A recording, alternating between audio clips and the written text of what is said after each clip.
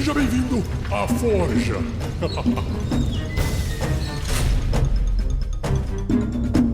Uma produção RPG Next.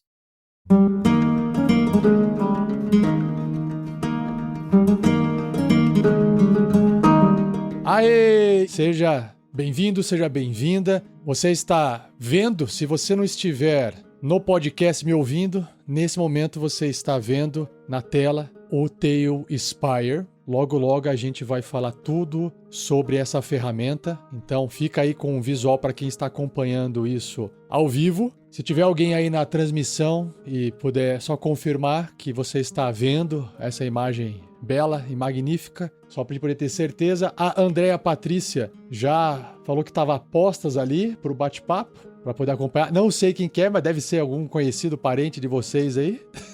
Eu acho, não sei. Essa daí é minha mãe, tá em todas. A sua mãe? Tá em todas. Tá em Tá todas. nas transmissões, tá em tudo. Tudo que eu faço, ela acompanha. A maior força que eu tenho é ela daí. Ah, perfeito. Tá falando sério ou é zoeira? Verdade Falando total. sério. Verdade total. Caramba. Maravilha. Então, antes de a gente começar aqui o assunto e apresentar essa plataforma, vamos então para a nossa pauta, vamos para os recados, vamos conhecer os nossos convidados de hoje e a gente já volta aqui na tela do 3D para vocês, beleza?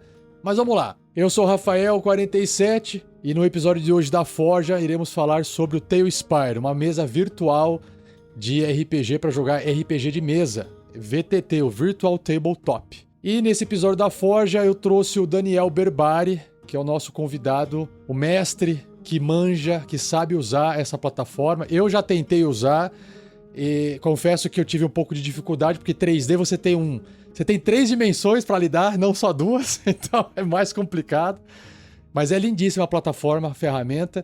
E junto para poder acompanhar, trazer suas perguntas, as suas dúvidas, o nosso padrinho Anderson, que logo logo vai se apresentar também. Então, primeiro começando com o Daniel. Dani, se apresente, como é que o pessoal te conhece aí no mundo digital, nas mesas de aluguel, se apresente para o pessoal saber mais quem é você. Vamos lá.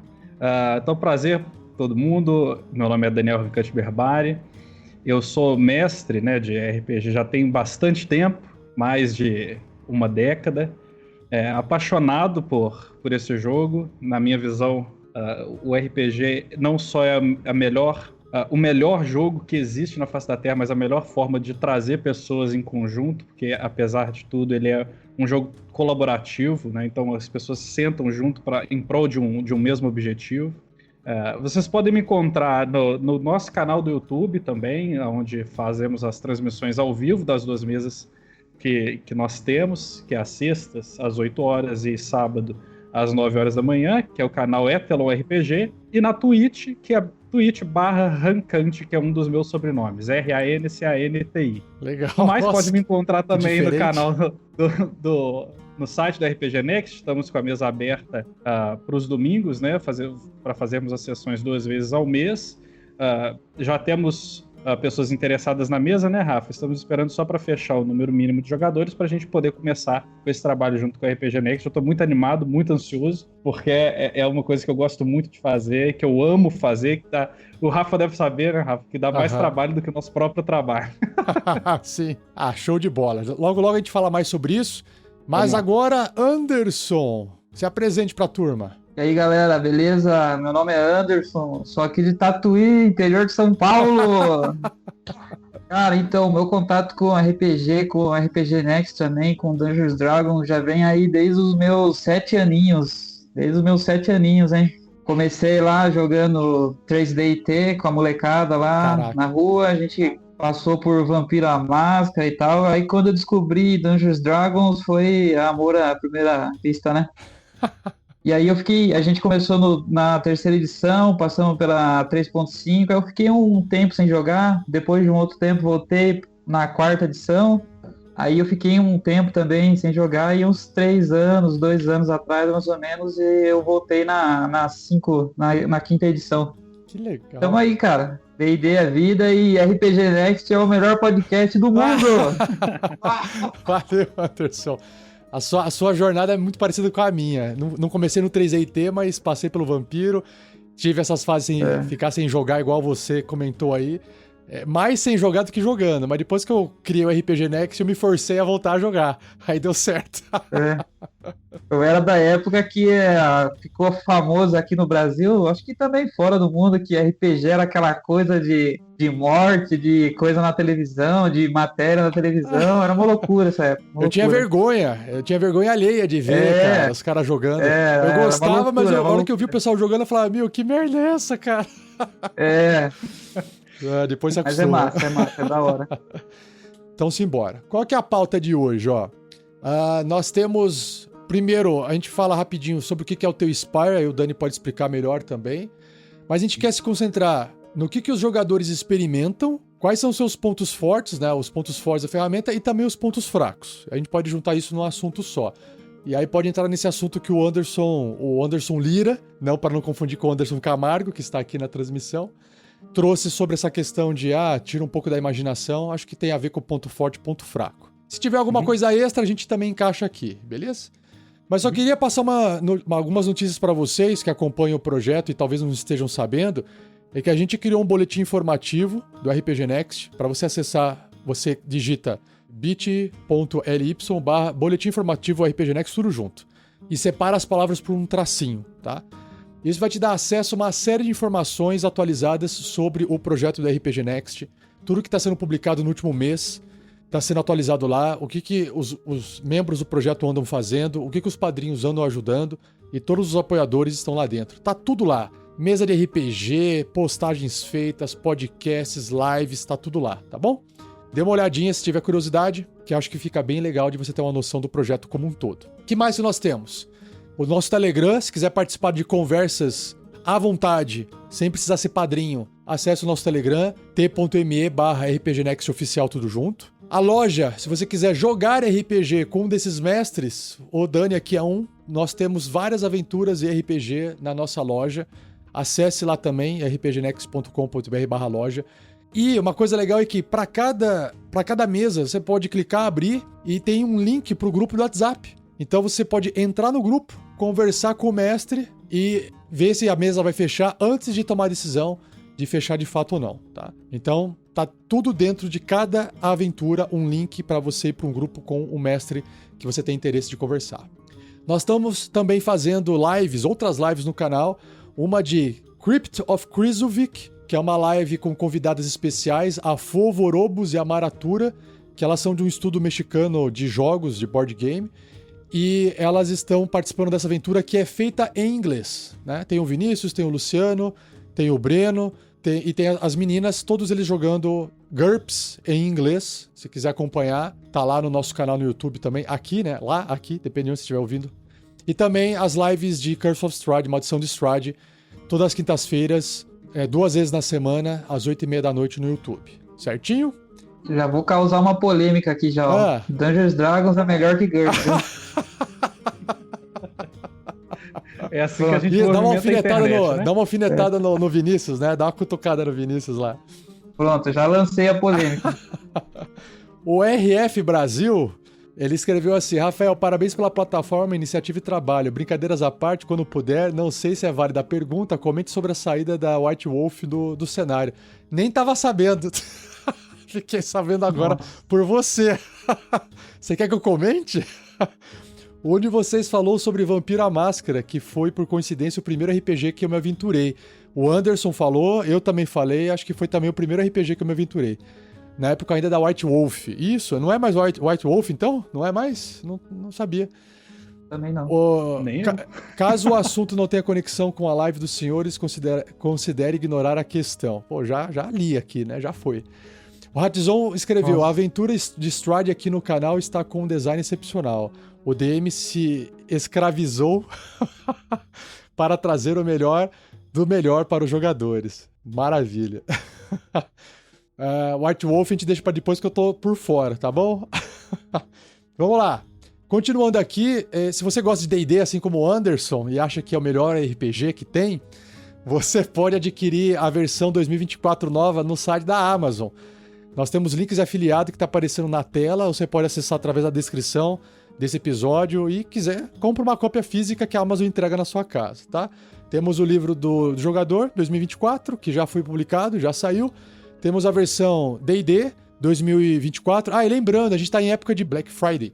Então nós temos várias promoções. Eu não sei se enquadra os livros do D&D nesse momento. Eu lembro que na pré-venda tá mais barato, aí ficou mais caro. Tem que ver como é que tá hoje. Hoje agora, dia 23. Eu já dei uma olhada, tá? Foi ontem a Black Friday, né? Foi ontem, acho, né? Não, vai ser dia 29. Eu tô sabendo que 29, eu tô olhando, sexta que vem, tô direto na Amazon. Então, Porque beleza. tem a semana Black Friday, né? Tá. E aí eu tô olhando pelo link do RPG Next mesmo, você vai baixar pra eu comprar por lá. Porque Tem o mês, aí depois a semana e depois tem o É. dia. Então fica olhando nas três situações. Depois tem o final do Exato. ano, né? Então tá aí. Black Vão ter End, né? oportunidades. É.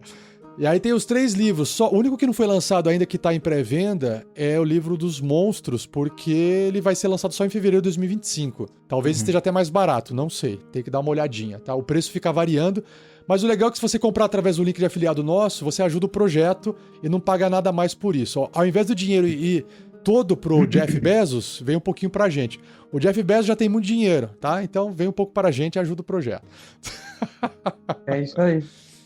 Passa o Pix. Passa o Pix. E aí, se você for apoiador do projeto e não instalou o aplicativo do Apoia-se, se você instalar, a gente publica podcast lá de forma antecipada. Então, se quiser ouvir os episódios antecipados, instala o aplicativo do Apoia-se do RPG Next. É o aplicativo do Apoia-se com a conta sua, né? Aí se você tá...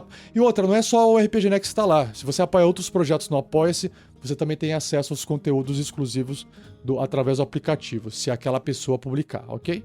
Tá aí pra vocês, se vocês não souberem, tem o aplicativo. Não foi enviado comentário sobre o último episódio, eu acho que o pessoal não gostou muito, o episódio que falava sobre Show Don't Tell. Ninguém comentou, então não trouxe os comentários. E se quiser deixar um comentário pra essa live de Tale Spire, eu trago na próxima aqui, tá? E é isso, senhores.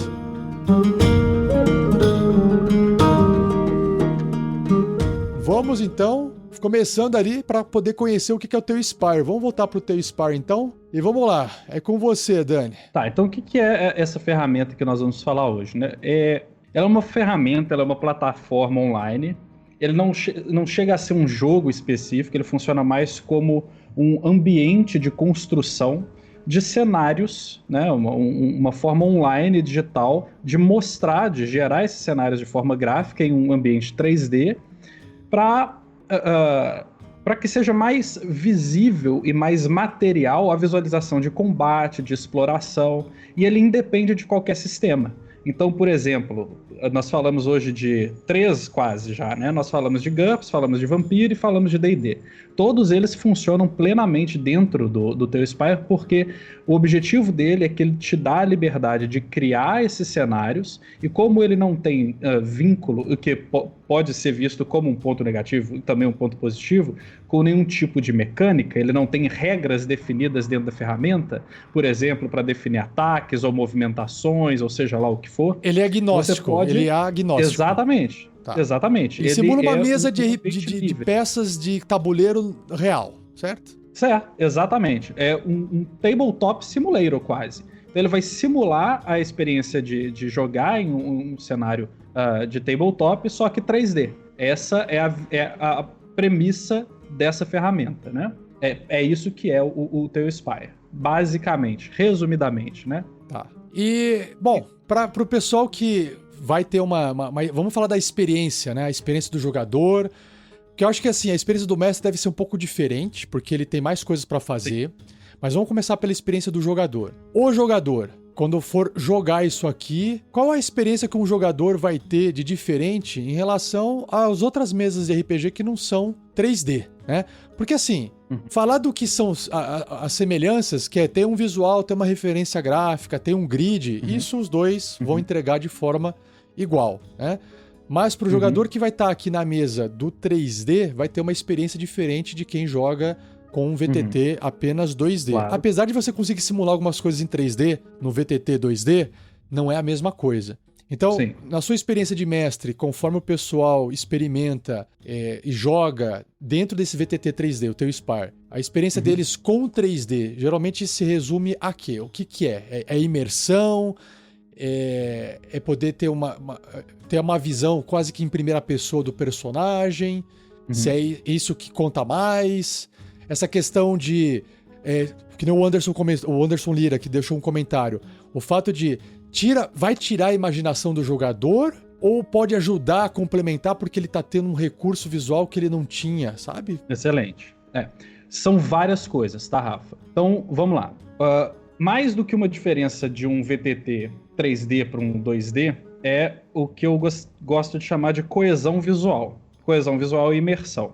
Então, apesar de que num VTT 2D você ainda tem as questões de dimensão de um combate, ou seja, de uma exploração, você ainda tem a terceira dimensão faltante aí. Mas eu acho que esse nem é o ponto mais significativo de um cenário 3D.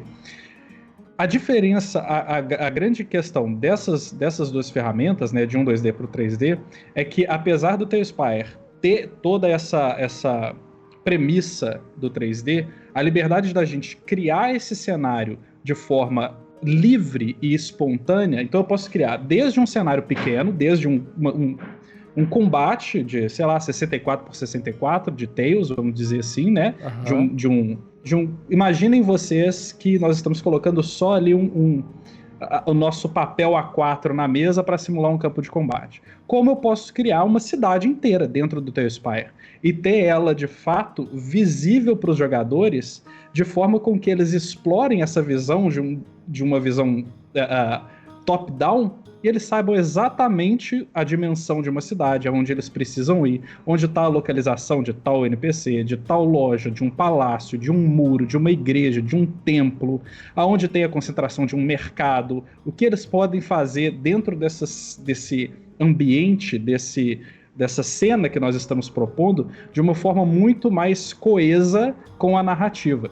Então, claro, isso vai depender, óbvio, de quanto tempo o mestre ou quem estiver desenvolvendo o cenário vai ter de disponível para criar toda essa cena o mais coeso possível com a sua narrativa, com o cenário que ele está imaginando. Uma coisa é a gente criar um combate com apenas ali o nosso slab e descrevermos o que é possível que tenha dentro daquele cenário. Então, por exemplo, criamos um combate de uma tundra, né? Eu coloquei num VTT um campo nevado. Digamos que é só uma visão branca, simulando a neve.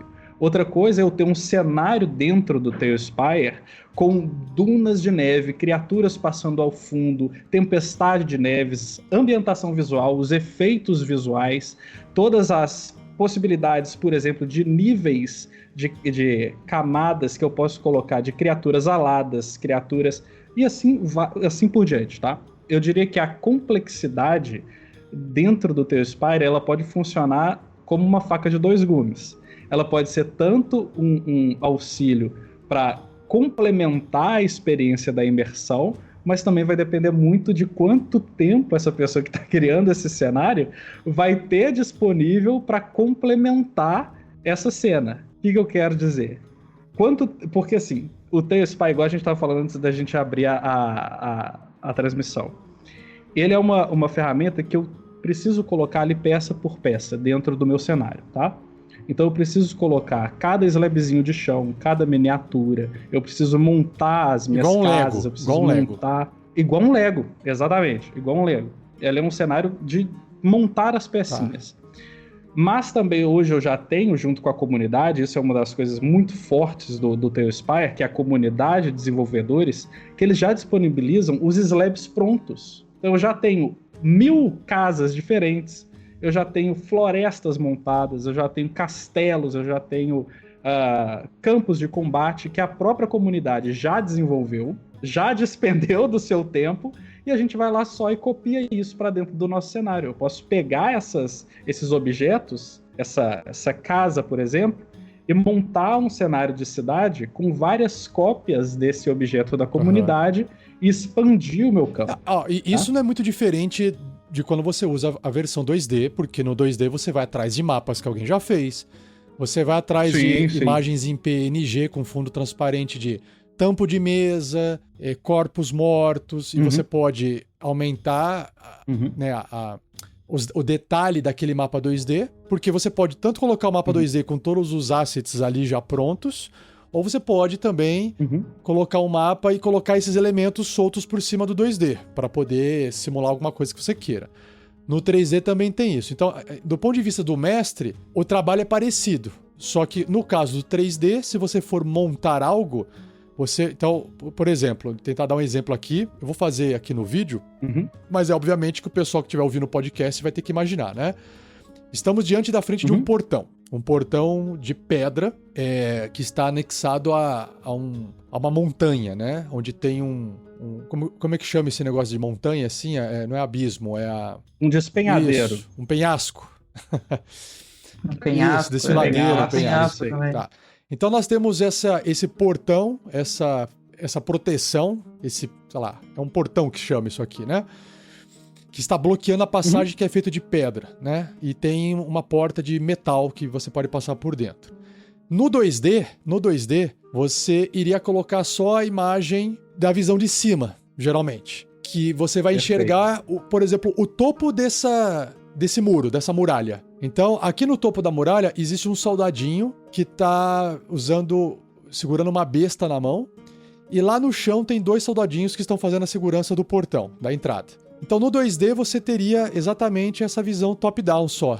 No 3D, a hora que você inclina, você tem uma noção da altura em que aquele soldado de besta lá em cima no topo tá. Você tem, né, uma noção que, inclusive, ele tá sem proteção, né? Não tem barras de proteção, ele pode cair, sofrer um acidente e perder a sua vida. Nossa. E você não consegue passar por dentro, né? Ou seja, no 2D você passa por cima. Você passa por cima da imagem e você representa que você está enxergando alguma coisa como se estivesse passando por dentro. Aqui no 3D você realmente consegue passar por dentro da muralha, através do portão, e você consegue enxergar, pelo menos, que tem elementos dentro da muralha que você não conseguiria colocar isso no 2D. Então, para o jogador, ele vai ter essa experiência que o 2D não vai proporcionar, e o mestre vai ter o trabalho de montar isso. A experiência do mestre é só de sofrimento, né? Mas eu gosto muito. Principalmente quando eu tô... é quase uma atividade de zen, de montar um cenário no TaleSpire é muito legal, pra quem gosta, né? Pra quem gosta de despender esse tempo. Mas eu concordo contigo, Rafa, é isso aí. Imersão e interatividade num cenário 3D é muito maior do que num cenário 2D. Tá. Quem nunca jogou aquele The Sims lá, lembra? The Sims. Isso, The Sims, exatamente. Ele fica parecendo um simuladorzinho, né? Tá certo, tá. Outra questão aqui do 3D, uma vez que você pegou esses assets e você colocou pronto ou não, ok? Tá, vamos por essa parte do trabalho de montar. Porque eu acho que trabalho vai dar qualquer uns mais, outros menos. Aí depende do mestre. O mestre gosta de mais trabalho ou ele gosta de menos trabalho. Porque eu poderia usar o TaleSpire no 3D, mas sem me preocupar com tantos detalhes. E aí o pessoal usa a imaginação, igual o Anderson Lira falou. Ele fala assim, usa a imaginação e imagina que você tá num cenário que tem isso. E eu posso brincar com isso sem ter o cenário. Ainda dentro da experiência do jogador. Por exemplo, eu como jogador, eu vou poder controlar meu personagem, beleza. Vou poder rolar meus dados também em 3D, beleza. Mas eu vou ter uma experiência muito mais próxima de uma mesa de RPG física do que um Foundry VTT que tem várias automações onde ele se aproxima. Eu tenho essa impressão. Um Foundry VTT automatizado acaba aparecendo, ele se aproxima mais do videogame. Porque eu clico, as coisas acontecem automaticamente. O que, de um lado, eu acho bom para poder focar mais na história e não se preocupar tanto com a matemática do jogo, ok? Você clica, as coisas já são calculadas automaticamente. Eu acho essa parte boa. Você não tem que ficar fazendo conta, ok? Você já clica, acertou, errou, causou tanto de dano, já tirou o dano automático. Você quer saber da história e do resultado. Você não quer ter que ficar fazendo conta e tirando ponto na mão. E no TaleSpire, a minha dúvida é, ele se aproxima mais do RPG de mesa. Eu tenho que fazer as coisas mais manualmente, não tenho? Apesar de ter o visual bonito 3D, isso. A experiência de jogo ele é mais próxima da experiência de jogar numa mesa. Confere isso? Confere de certa forma, porque como que eu faço nas minhas mesas hoje, tá? O TaleSpire eu uso ele mais para a referência visual e a experiência de cenário. Ok, sim, faz sentido. E eu uso junto com o TaleSpire, eu uso outras ferramentas, por exemplo, como um site que chama DD Dice e também o Roll20 para fazer todas essas partes automatizadas de rolagem, de testes. Não existe a necessidade. Quem quiser, claro, pode usar o Tale-Spire, ele tem uma função de dados, e se eu quiser eu posso jogar os dados dentro do próprio Tale-Spire, mas aí, de novo, né, eu tenho que fazer a soma de todos os meus modificadores, fazer toda essa parte matemática de forma muito manual. Mas a ideia, pelo menos na minha visão de como eu uso a ferramenta, é para referência visual. Quando eu quero ser bem descritivo naquilo que eu estou fazendo, num cenário que eu quero apresentar para os jogadores, num campo de combate, a principal diferença do Tale-Spire, na minha opinião, entre uma ferramenta 2D e o Tale-Spire é justamente essa, que a liberdade que eu tenho de criar dinâmicas num combate, numa exploração no cenário 3D, é muito maior do que eu tenho num 2D.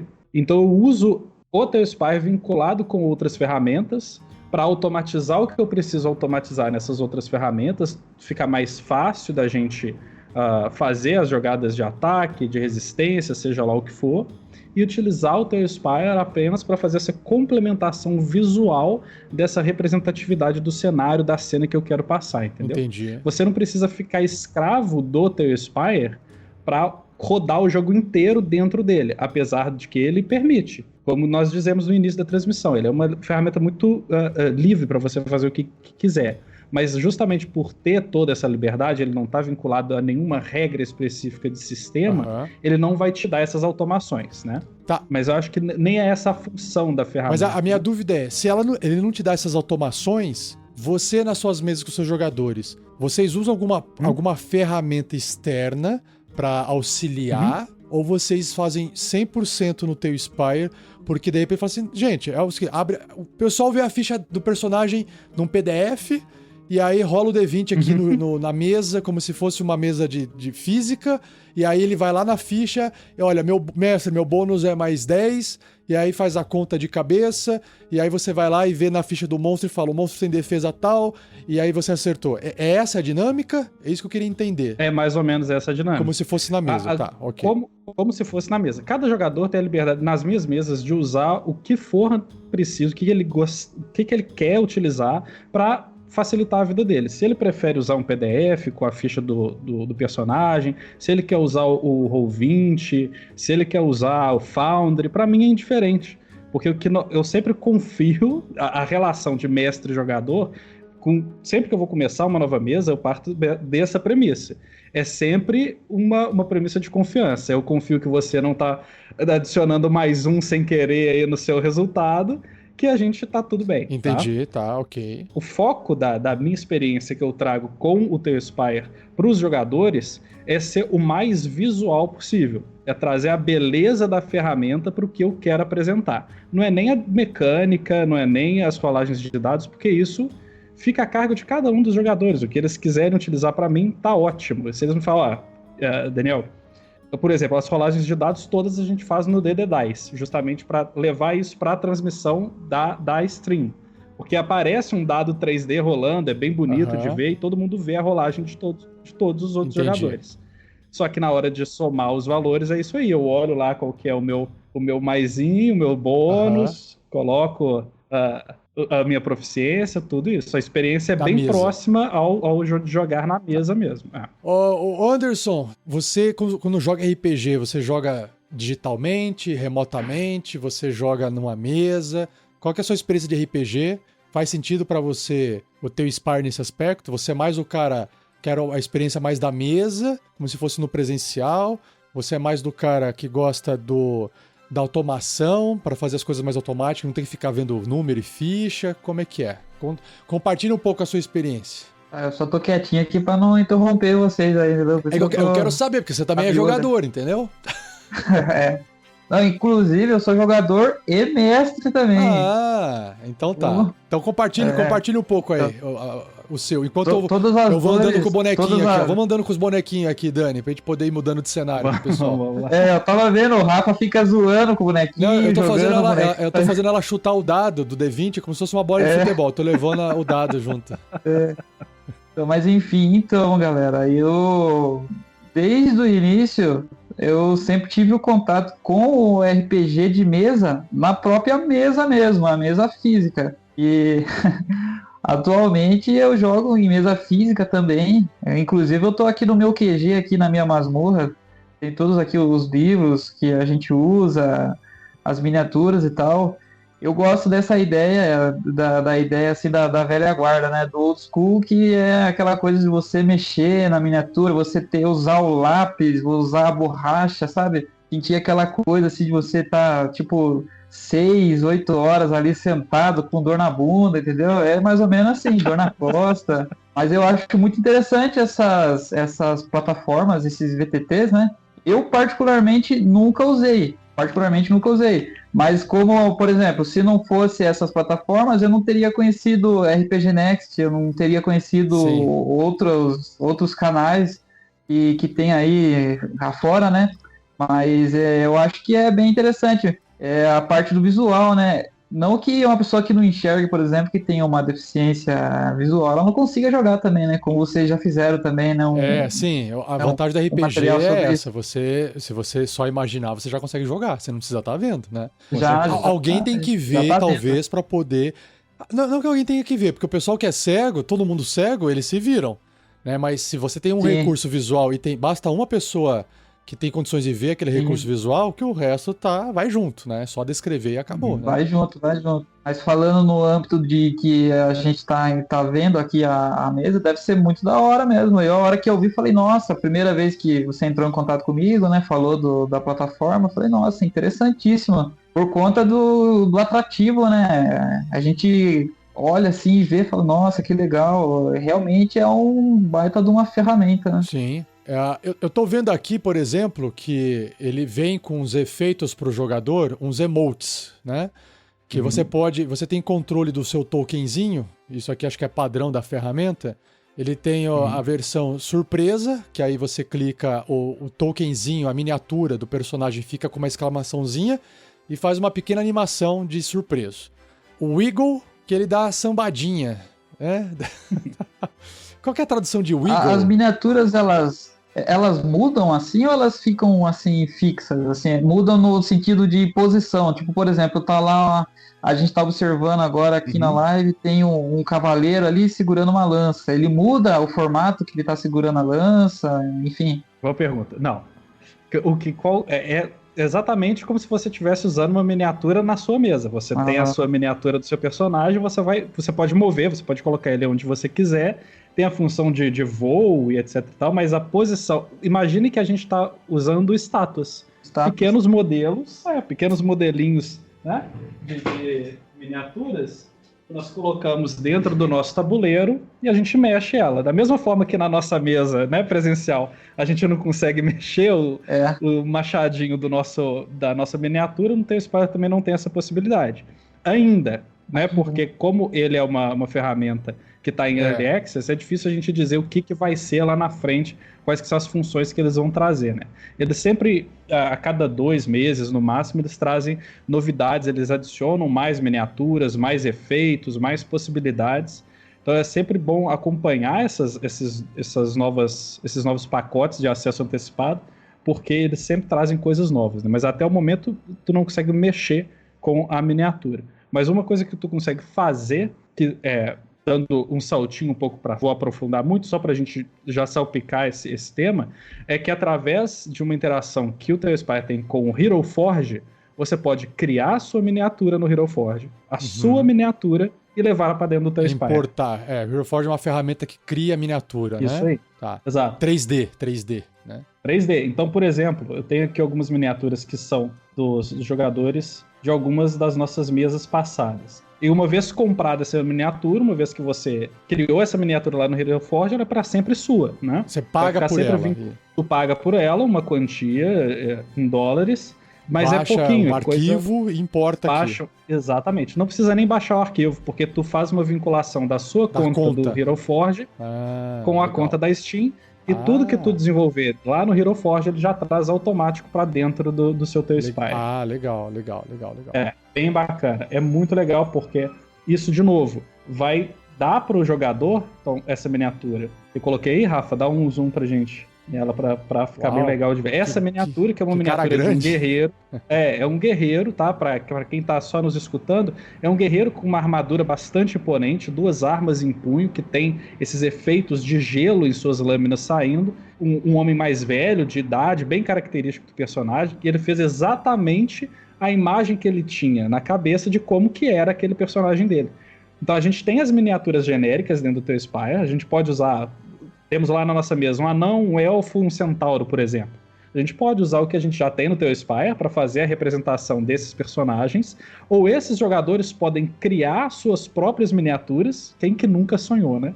Em ter sua própria miniatura do seu personagem na sua mesa, e a gente leva isso para dentro do nosso cenário, e vai ser aquele personagem no cenário que está realizando as ações, que está jogando, que está combatendo, que está explorando. Então isso é uma das coisas que eu gosto muito dessa ferramenta, essa possibilidade de dar a identidade dos personagens de verdade, né?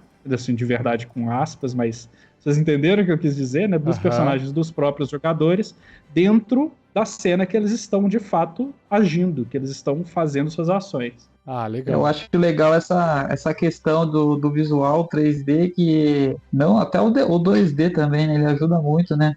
Mas às vezes você explica, não sei se vocês já passaram por isso mestrando, você tá explicando uma coisa e às vezes a pessoa tá imaginando outra. Exatamente. Ia dar aquela divergência, né, de informação. Isso é um dos pontos, na minha visão, mais importantes, que é a coesão. Então, quando a gente está dentro de um combate ou dentro de uma exploração, na maioria das vezes, como a gente está utilizando muito da imaginação, né, do teatro da mente, cada imagem criada na mente de cada pessoa vai ser de um jeito. Eu posso descrever da melhor forma possível, do jeito mais explicativo possível, que a chance do cenário que o Rafa construiu na mente dele e a chance do Anderson, o cenário que o Anderson construiu na mente dele serem exatamente iguais, é muito difícil, é muito improvável. Muito difícil. Né? Com o Show and Tell, com a plataforma ali mostrando pra gente exatamente como que é o cenário, não existe divergência.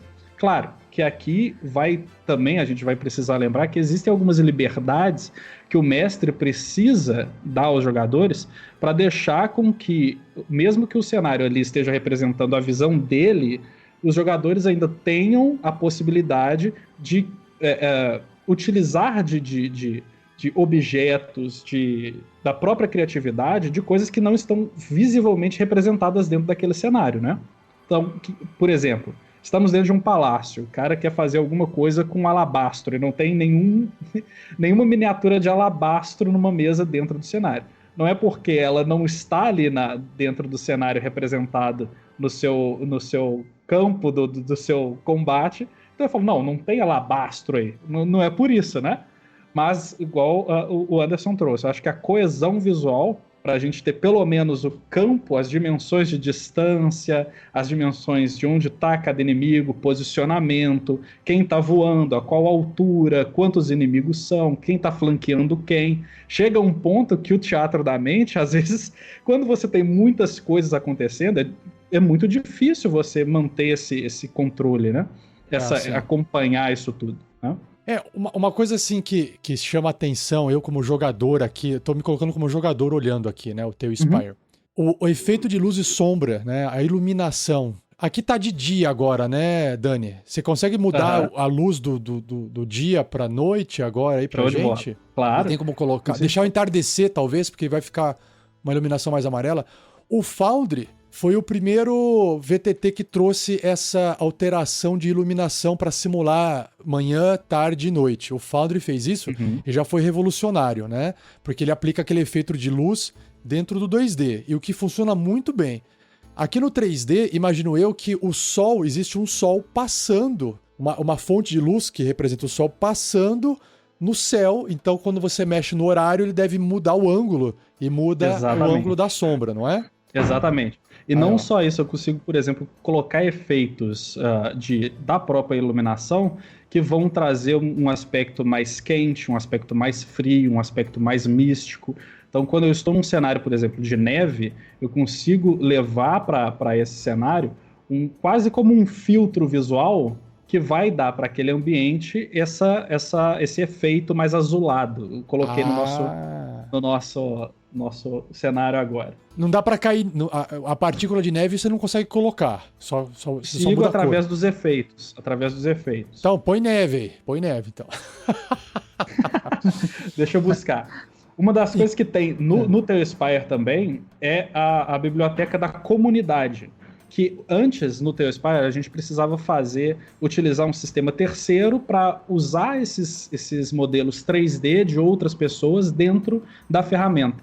E aí uma das coisas que eles fizeram, uma das últimas atualizações, foi trazer todos esses modelos desenvolvidos para a comunidade para dentro da própria ferramenta de forma nativa. Então a gente tem uma biblioteca onde eu mesmo posso criar ali um modelo 3D, um efeito, e disponibilizar para todo mundo que tem o TaleSpire também usar. Vamos procurar um filtro de neve, vamos ver se a gente encontra. Outra coisa que quando você procura aí, que eu acho que também é uma coisa que chama atenção no TaleSpire, infelizmente eu vou ter que descrever para quem não estiver vendo, é que ele tem duas coisas. Ele tem a lente borra, eu não esqueci o nome disso. Blur. O blur é o borrado, né? É o campo de visão, né? Não é campo de visão. Na câmera existe isso, né? Em câmera fotográfica, em lente. É o foco, né? É tipo o foco, né? Eu esqueci, existe um nome, que quando você tem um campo onde tem foco e fora daquele campo ele perde o foco. E ele tem esse efeito na lente, na câmera do TaleSpire. Então, se você dá um zoom, o que está perto ali da câmera você enxerga com uma certa definição e o fundo ele borra, representando que está distante. Sim, que existe esqueci o nome desse efeito também. Ele fica... Então, eu consigo mostrar aqui na live que lá no fundo o portal pelo qual a gente passou, que tinha fogo na entrada, ele tá borrado porque ele tá distante. E isso é muito bonito, né? Isso traz uma estética muito bonita. Outra coisa que eu acho que no 3D vai amplificar a experiência, por exemplo, é que aqui eu não consigo olhar para cima, pro céu. Eu não tô conseguindo olhar pro céu. Mas como eu tô no alto, eu consigo ver parte do céu se eu olhar no horizonte. E aí eu imagino que se você coloca tipo um dragão vindo no céu, no 2D, infelizmente no 2D, não tem como você simular uma altitude, algo muito alto, né? Você até coloca a altura no 2D, você coloca o número, ó, ele tá a tantos metros de altura, mas você tá vendo tudo chapado. Então eu lembro que eu já joguei cenas onde tinha essas, tipo, um dragão aparecendo, voando do alto. Não tinha como você passar. A pessoa tinha que imaginar. Exato. Não tem como passar essa sensação do dragão vindo do horizonte lá do alto e tá se aproximando e ele tá pequenininho e ele vai fazer um rasante soltando uma baforada em todo mundo. Você não consegue construir muito essa cena a não ser na imaginação, porque no 2D não funciona muito bem. No 3D, imagino eu que se colocar um dragão voando, né? Ele acaba ficando no céu ali mesmo e você olha pra cima e vai dar uma sensação de grandiosidade, de que ele tá chegando diferente, né? Eu acho que isso é a parte legal do 3D. Outra coisa que eu percebi... Aí, por isso que apareceu um avisozinho pra você. Eu cliquei em fazer download, aqui. Olha lá, no mesmo ângulo que você tava vendo antes.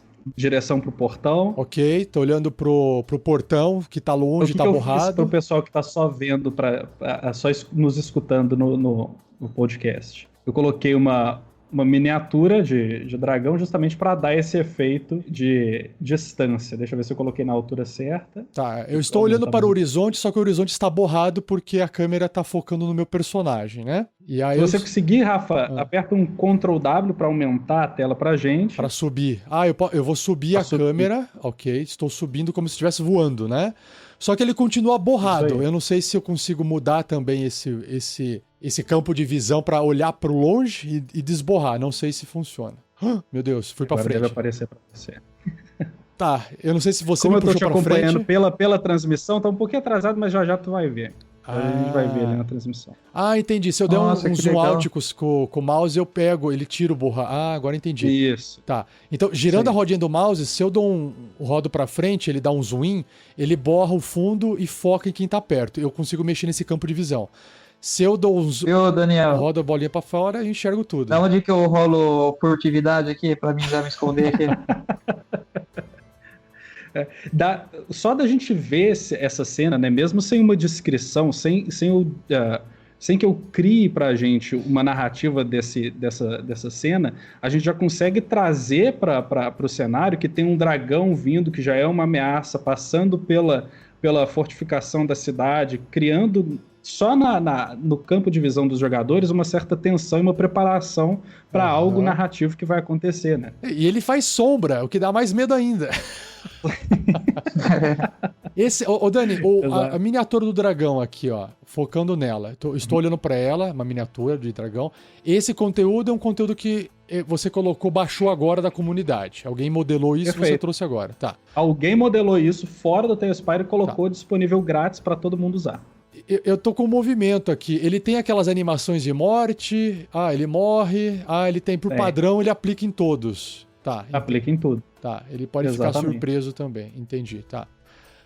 Outra coisa, você consegue, como mestre, você fala, esse dragão tá meio pequeno, eu quero deixar ele maior. Você consegue aumentar ele na hora aí ou ele fica travado o tamanho? Consigo. Se eu não me engano, esse daqui já tá no maior tamanho possível. Ele tem um limite, então. Tem, mas é baseado na miniatura de quem modelou. Então, se o cara, por exemplo, modelou um dragão maior ainda, eu consigo deixar ele até 4 vezes o tamanho original da miniatura. Entendi. Mas aí, se você quiser diminuir, aí não tem problema. Diminuir, então. Ou tem também? Ele tem um limite? Não tem. Então, tudo tem um limite. Eu não consigo, mas eu consigo deixar ele bem pequenininho. Entendi, ó. Que bonitinho. Fica um filhotinho de dragão ali. Pra gente. Legal. Então, por exemplo, se eu colocar uma Tiamat do lado do nosso micro dragãozinho aí, já vai dar uma diferença grande.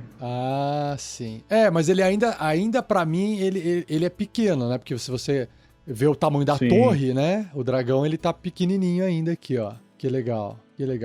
É como se fosse um aspecto do Tiamat. Exato, é como se fosse um avatar. Um avatar, isso. Tá, que bacana. Outra coisa que eu reparei é que quando a gente mexe o token e arrasta, ele faz ele gira o token para a direção que você está levando ele. Então, se eu levar ele para trás, ele gira pro sentido que eu estou arrastando. Isso facilita bastante. Fica na mesma direção. O token ficar na direção, né? Exatamente. Isso fica legal também. Isso é uma coisa bem bacana.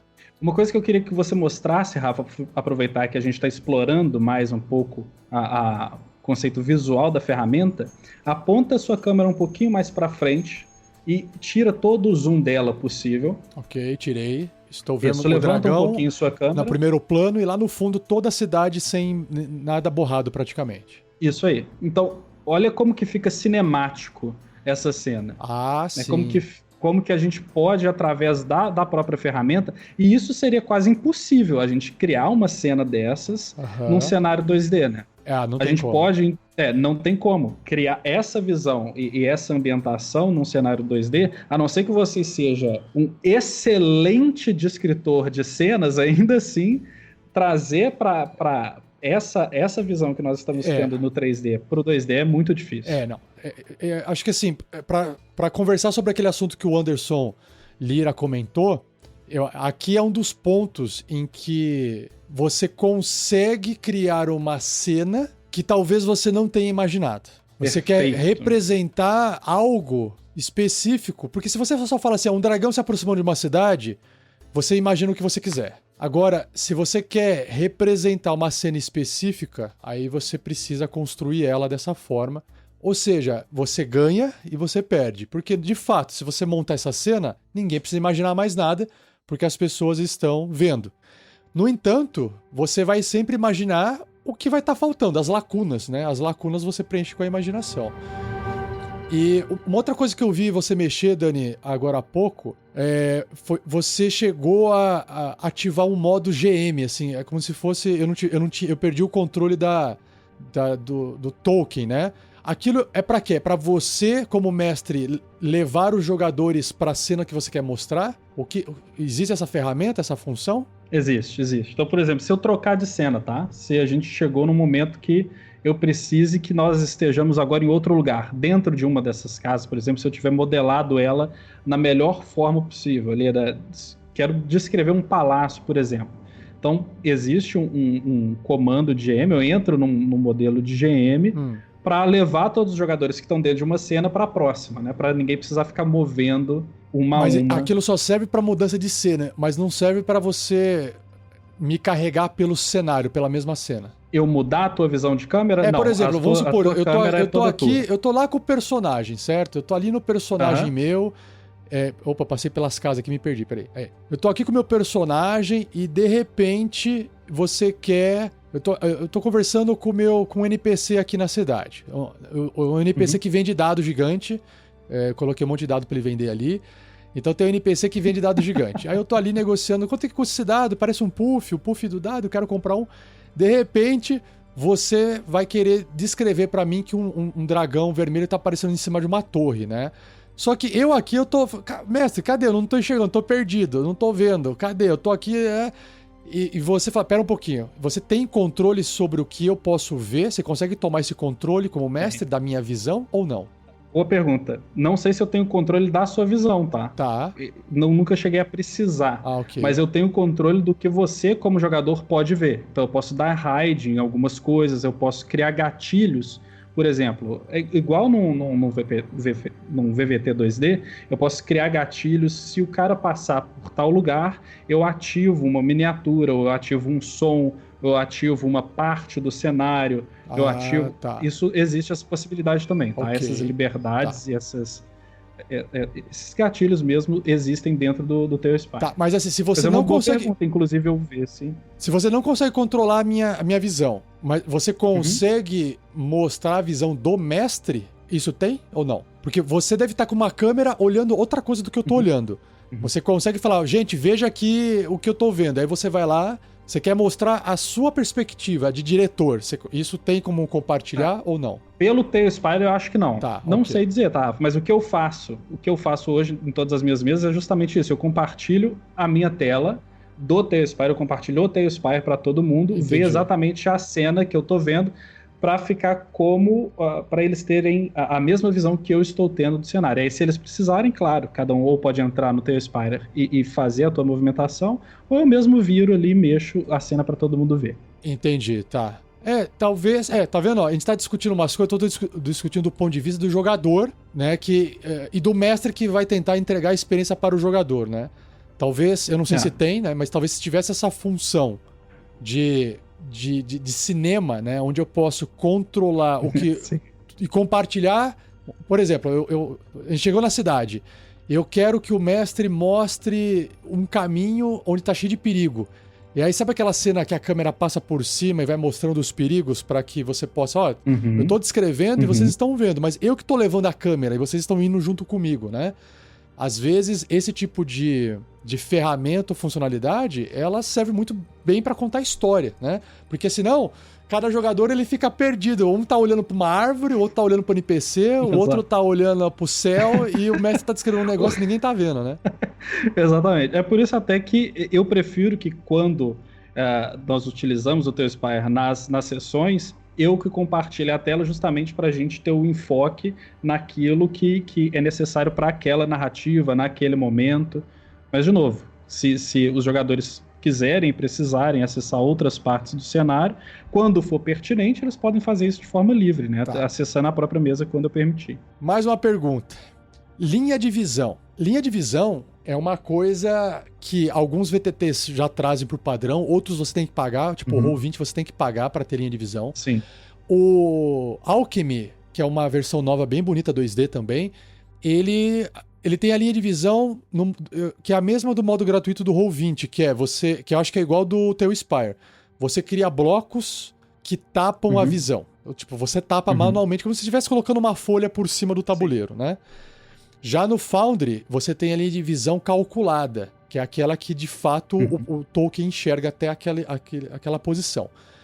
Aqui no Tailspire, então, a linha de visão ela é calculada com... Você tapa as coisas pra gente não poder enxergar. Não existe linha de visão, correto? Melhor do que isso, na minha visão. Como que funcionaria Pra que a linha de visão existe no 2D? Porque como você não consegue representar de fato a primeira pessoa do jogador, tu precisa tampar do topo o que é aquilo que ele não tá vendo se ele estivesse em pé olhando pra frente, correto? Certo. Se você der zoom na sua miniatura, como se você estivesse jogando um jogo em primeira pessoa, a sua linha de visão tá pronta. Você só vai ver o que de fato o seu personagem consegue ver na interpolação dos Então objetos tem que linha está de na visão. frente dele. Então tem linha de visão. Sim, tem linha de visão porque é um cenário 3D. Entendi. Tá, aí você define o raio, a distância. Eu posso definir um raio de visão, Aham. mas o próprio personagem, quando aproxima, vamos ver se... Não, eu tô aqui Se nessa cena aproxima exatamente cada vez fazendo isso mais sua agora. Ó, eu acho que o Isso. Anderson tá vendo aí também, acho que na transmissão. Eu tô com a mocinha aqui, eu estou com a minha câmera virada para um corredor no meio da cidade, tipo um caminho. E se eu coloco o tokenzinho pra esquerda atrás de uma árvore, 2 NPCs que estão nessa estradinha desaparecem. Não é que desaparecem, eles sobem. Perfeito, Como se estivessem flutuando, eles são abduzidos. perfeito. Isso aí. Quando eu vou pra direita e eu saio de trás da árvore, eu enxergo os 2 tokenzinhos, eles caem como se tivesse vindo do céu, assim, tum, Exato.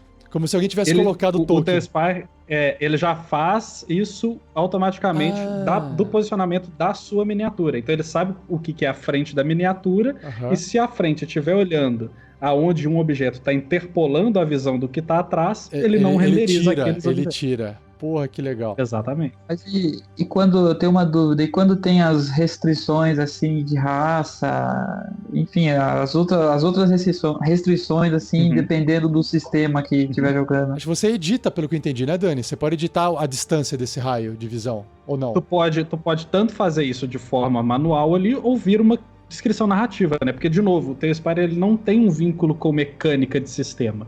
Você que define, Você que define, você que vai definir. Então, por exemplo, ó, se ficar à noite aqui, eu perco a visão? Porque não tem fonte de Vamos luz. testar. É, Boa vamos pergunta. testar. A minha dúvida é, se ficar à noite e não tem fonte de luz, a minha personagem, ela é uma... não tem visão no escuro. Existe essa opção de ter ou não visão no escuro? Tá. Ah, entendi. À noite do cenário. Como ele é 3D e tem luz natural no ambiente, então eu continuo enxergando, só que eu enxergo como se estivesse escuro, né? Ele é mais Exatamente. realista. Ele é... Exato. Mas daí eu posso vincular, deixa eu achar o teu personagemzinho, eu posso vincular em uma miniatura A tocha. Essa aí é a Luz. tochazinha. Tá. uma tocha. Ah, Hã? entendi. Mas, por exemplo, vamos supor que aqueles 2 NPCs que tem na estradinha ali atrás, Aham. eles tivessem tomado uma poção de invisibilidade. Aí você Uhum. tem como aplicar, tipo, ficar invisível token, ou você tem que remover ele do tabuleiro? Não, eu posso aplicar a invisibilidade nele. Aplique... Tem a opção de hide no meu comando Entendi. de GM. Ah, Foi isso que eu exatamente fiz nessa primeira miniatura que tá na tua frente. Tá, e se ele aparecer perto de mim? E aí, Deixa eu ver. Aham. só eu como GM, só eu como narrador, tenho esse comando. Então Isso. eu movimentei ele Aham. invisível, Aham. então o jogador não sabe onde essa miniatura tá, Isso. e aí eu tornei ele visível de novo, já movimentado Ah, vai na aparecer. sua cara. Digamos que ele fez um ataque surpresa aí com a invisibilidade maior, ou E- invisibilidade menor. Não, é menor, né? que aí ele vai perdeu aparecer a depois que atacar. invisibilidade. É. Exato. Onde é que ele vai aparecer? Mas e aí essa câmera, no caso, essa câmera aqui, por exemplo, se fosse eu o jogador, aí eu estaria enxergando com essa visão, né? E os outros jogadores com os outros tipos de visões, como que ficaria? Cada um tem o seu tipo de visão na sua tela. Eu acho que não tem como fazer. Não tem o um Dark tipo de Vision, por a visão jogador. no escuro que você não enxerga existe preto e essa branco. configuração. Não tem. Exato. Tá, ok. Acho que não. Quase certeza que não. Então, como ele é agnóstico, Anderson, ele não tá se baseando em nenhum sistema de RPG. E é por isso que ele não tem essas regras específicas, entendeu? Aí o que a gente está fazendo aqui é o que às vezes acontece com o próprio jogador, que é uma daquelas coisas que são um dos pontos negativos, talvez, que é ficar muito preso à ferramenta. O que eu quero dizer com isso? Cara, eu tenho visão no escuro. Então a minha visão que eu vou ver de acordo com o outro personagem que não tem visão no escuro vai ser diferente? Não, aí a gente vai pro recurso narrativo. Isso, exato, tá certo. Tá? Aham. Talvez, tem como deixar tipo, a tela, sei lá, preto e branco? Tem. Tirar a saturação da cor do negócio? Tem. Porque, mas aí isso, o jogador consegue fazer isso por jogador? Ele consegue, tipo, ele... Não, aí quem vai fazer Não, isso não. vai ser o narrador no controle do cenário. Ele vai aplicar esse filtro no cenário como um todo. Mas aí todo mundo vai enxergar a mesma coisa. Todo mundo vai ver a mesma coisa, Entendi. exato. É. Meu Deus, me atacou, morri. E aí você mexeu na saturação e aí parece que é uma cena de morte, ó. Parece que acabou, morreu, tirou a saturação. You died. Exato, né? Aparece na tela. Ah, que legal. Então, assim, essas que são as vantagens e desvantagens, né, do visual. Porque quando você coloca visual pro jogador, você começa a querer cobrar todo o visual do jogo, né? E aí ele é um sistema Exato. agnóstico. Ele até se ele tivesse sido desenvolvido para o D&D, talvez ele tivesse, mas ele não foi desenvolvido para o D&D. Outra coisa bonita aqui à noite que você escureceu a tela, deixa de noite de novo, Dani. Vamos lá. de novo. Né, os números dos dados que estão rodados, eles ficam brancos, né? Ó. Os números ficam acesos, é muito bonito. O dado que você rodou, o número que sai, tipo, rodei um D12, saiu 12, o número 12 fica pra cima e fica aceso, ele fica iluminado, né? E é natural isso, tá, Rafa? É. Todo mundo que entra no teu Spire pela primeira vez pega a maior quantidade de dados possíveis E joga. Exato. Vamos ler uns recados aqui que o pessoal deixou aqui na live, ó. Quer ver, ó? Carol Galvão. A vantagem dessa plataforma é a praticidade para encontrar jogadores através de alguma mesa online. Porque, pessoalmente mesmo, eu não tenho nenhum amigo que jogue RPG. Musiquinha tururu do Naruto pra Carol. Ele permite na hora você... de começar uma mesa conosco, né, Rafa? Tá certo. Agora, hoje tá mais fácil, Carol. Ela colocou aqui, ó. Inclusive o mestre Anderson Camargo... Ah, o mestre Anderson tá aqui, Camargo. Proíbe qualquer tecnologia durante os jogos. KKKKKK. É isso mesmo, Anderson? Com você é na faca, é roots. A única tecnologia que eu permito é a caixinha JBL só. Será que vai durar? Hoje a gente tem tanta distração, né? Será que você vai... mas depois dessas experiências assim, fica difícil você ficar... Não. Tudo tem a sua primeira vez, né? O que eu percebo para os mestres que são mais old school, que gostam mais da mesa, que gostam mais da miniatura, do dado rolando na mesa, essa plataforma 3D que simula muito mais a mesa, parece fazer até mais sentido. Eu, por exemplo, sou o mestre que prefiro, depois que eu abracei a tecnologia, eu sou o mestre que busco por otimizar o tempo da mesa nessa parte matemática, ok? Então, tudo que fizer automático pra mim, funciona bem. O maior exemplo que eu gosto de dar é a bola de fogo.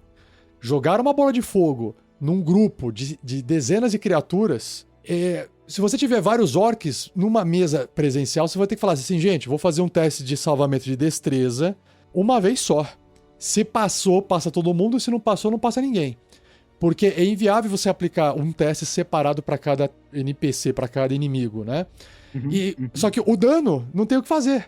Então você vai ter que aplicar o dano manualmente, reduzir o dano manualmente de todo mundo.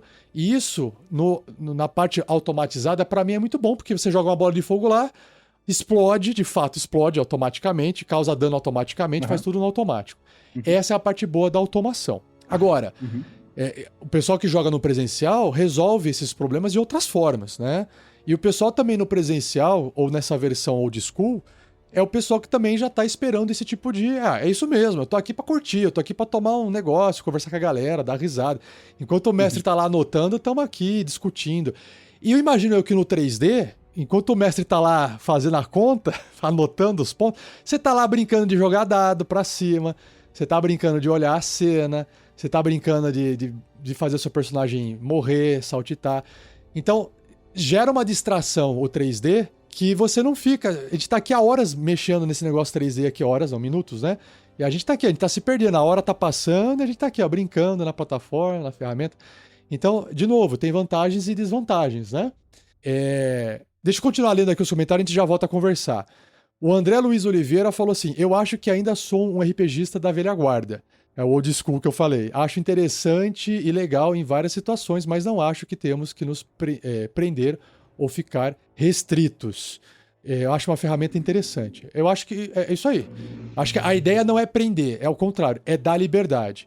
Então, as ferramentas ou as tecnologias, elas estão aqui para nos auxiliar, para facilitar o nosso trabalho ou para criar experiências que a gente não poderia ter. Então, o teu Spire aqui, ele foi criado para permitir você jogar RPG à distância. Se você pode jogar RPG no presencial, se você tem token no presencial, miniatura no presencial, mesa, props, que são, sei lá, casinha, não sei o quê, e você gosta de fazer isso no presencial, e você tem condições de fazer isso no presencial, você não vai querer jogar no digital, porque você já tem isso no presencial. Agora, pra nós aqui pobre, que não tem essas peças, não tem essas miniaturas, e não quer só depender do teatro da mente, ou não quer depender só de tampinha, com mapa riscado no papel, né? Feijão, nunca, né? feijão em tampinha. Viu, Rafa? Mas eu acho também que não só a distância, né?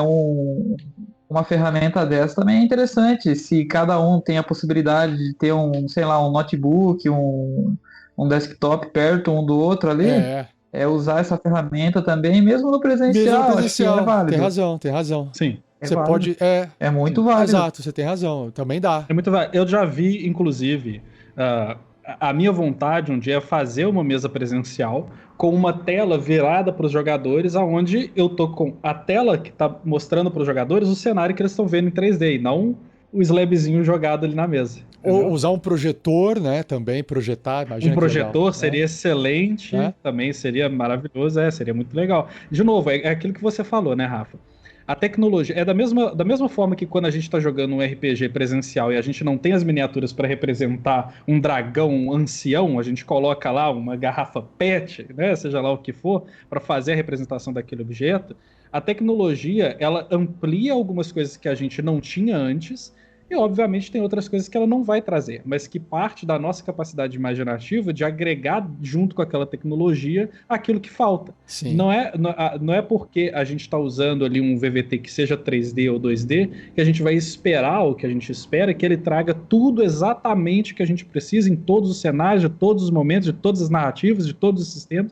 É quase impossível isso de fato acontecer. Seria legal se tivesse, mas tem coisas que a gente, querendo ou não, vai recorrer da imaginação e da criatividade para cumprir, para suprir essas lacunas que não vão trazer, independente da ferramenta que a gente estiver usando, né? Outra coisa que eu reparei, já eu volto nos comentários, conforme você anda no Tales of War com o Tolkien, tem momentos em que o programa ele elimina uma camada, porque como ele é 3D, que nem aqui eu tô andando, um exemplo, no cenário, eu cheguei perto de uma construção, e essa construção ela tem como se fosse um andarzinho, assim, um platô. Sim. E por baixo ela tem uma passagem embaixo, só que ela é muito baixa, ela é muito estreita, esse vão embaixo desse primeiro andar.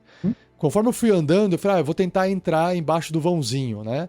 Quando eu fiz isso, ele automaticamente tirou a camada superior para não atrapalhar a minha visão, né? E aí eu tô, explorando um porão aqui, né? Isso. Nota que no seu canto direito existe uma régua, existe um ajuste vertical que tem uma imagenzinha de um losango verde e tem um cadeadinho do lado dele, tá? Certo. Isso dali é a sua altura de visão.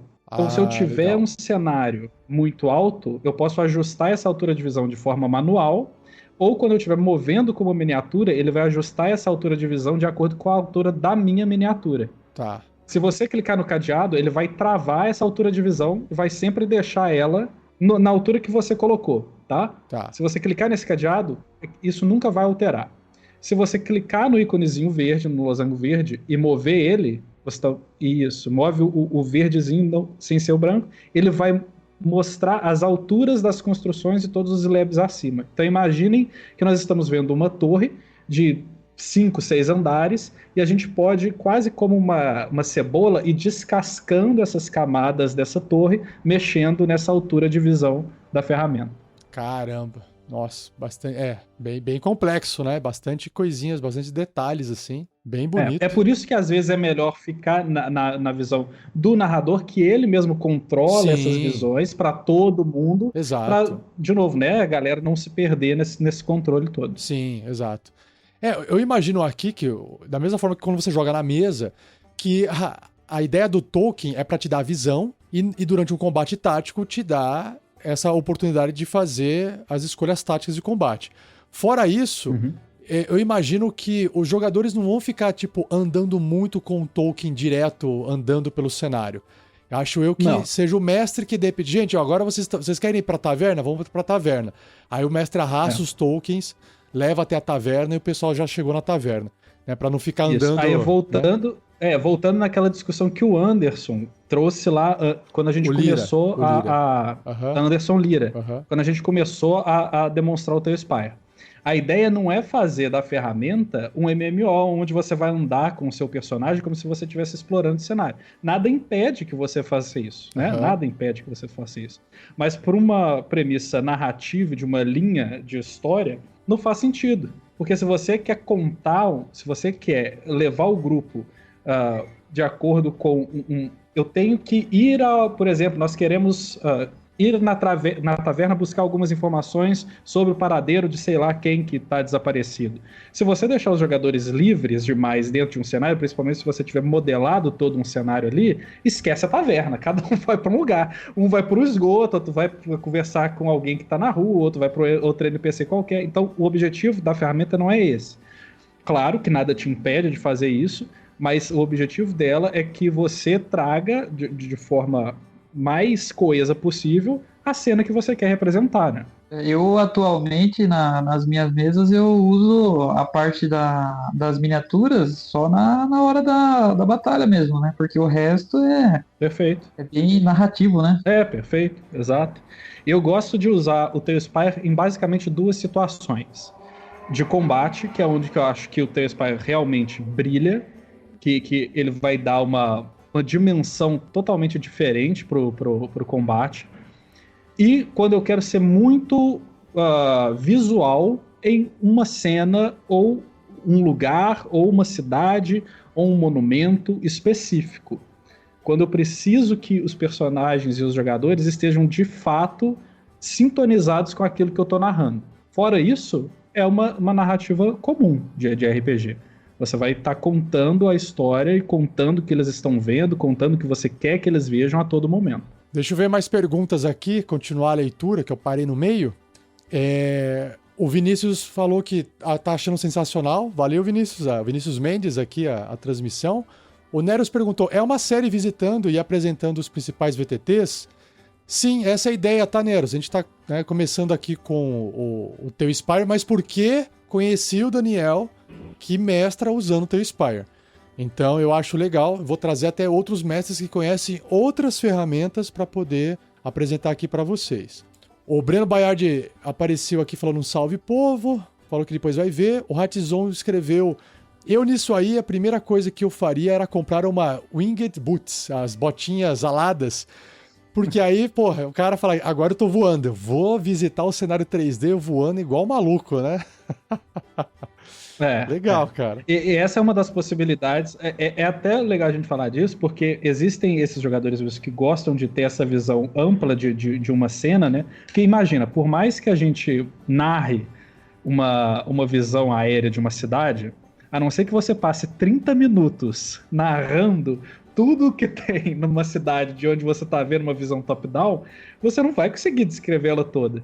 Sendo que numa ferramenta como o Tailspire, só uma cena colocada de uma câmera olhando para a cidade top-down, os jogadores já têm a dimensão do que você quer mostrar. É verdade. Né? Muito legal. Ô Dani, você ficou de colocar aquela neve caindo, você consegue colocar ela aí? Não encontrei o efeito Mas de tem neve. algum efeito de que que seja assim, qualquer coisa que caia do céu, chuva, pode ser chuva? Não, acho que não. Tinha com os mods, tá? Entendi. Eu não sei se os mods ainda funcionam. Tá, entendi. Mas tinha com os mods. Não é uma coisa que vem Rafa. no Tailspire, então. Tá. Não. Fale, Anderson. Achei legal a pergunta que a Carol Galvão fez aqui, ó. Vamos chegar lá. O Tailspire roda no celular também? Deixa eu... acredito eu que não vai rodar no celular por causa da interface, né? Não.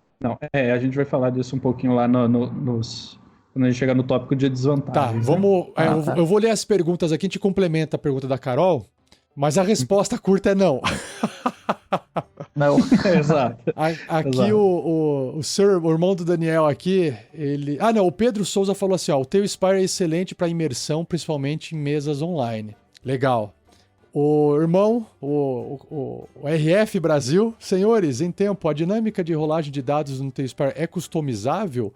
Conheci esse recurso muito recentemente e tenho incontáveis dúvidas. Existe uma parte player side do lado do jogador? Grato. Rolagem customizada, o que ele quer dizer com isso? Do tipo, em vez de você pegar os dados, você pode, eu quero clicar num botão e rolar 2d8 automaticamente? Seria isso? Será? Existe, eu acho que é isso. Existem algumas funções, algumas ferramentas dentro do próprio teu Spire, que aí você pode vincular rolagens de acordo com o sistema. Existe dentro do conteúdo da comunidade ali, alguns, eles chamam de simbióticos, que são quase como se fossem APIs, tá? Ou seja, programas que funcionam dentro do programa, que aí você pode falar, eu quero fazer uma jogada de ataque, ele vai sempre pegar o D20 mais modificador de força, por exemplo, mas aí o narrador precisa passar um tempinho configurando quais são os dados, de qual rolagem, qual é o status. Se você clicar na sua miniatura, Rafa, tu vai ver que tem aquela informação de atributos, né? Tem um campo de atributos ali, botão direito em cima dela. Então você pode criar... Já vou abrir. O Rafa tá fazendo o Inga de Boots lá. O que o... Tá tentando fazer o personagem voar até um lugar lá, tá. Vamos pegar o personagem. Se você clica com o botão direito no personagem, deixa eu descer minha câmera, que eu caí. Miniatura. Eu caí. E aí, dentro dessas opções, tem ali os status. Ok, os status. Ok. Tá? Isso. E a partir daí, tu pode configurar essas rolagens. Então, você vai nomear esses status.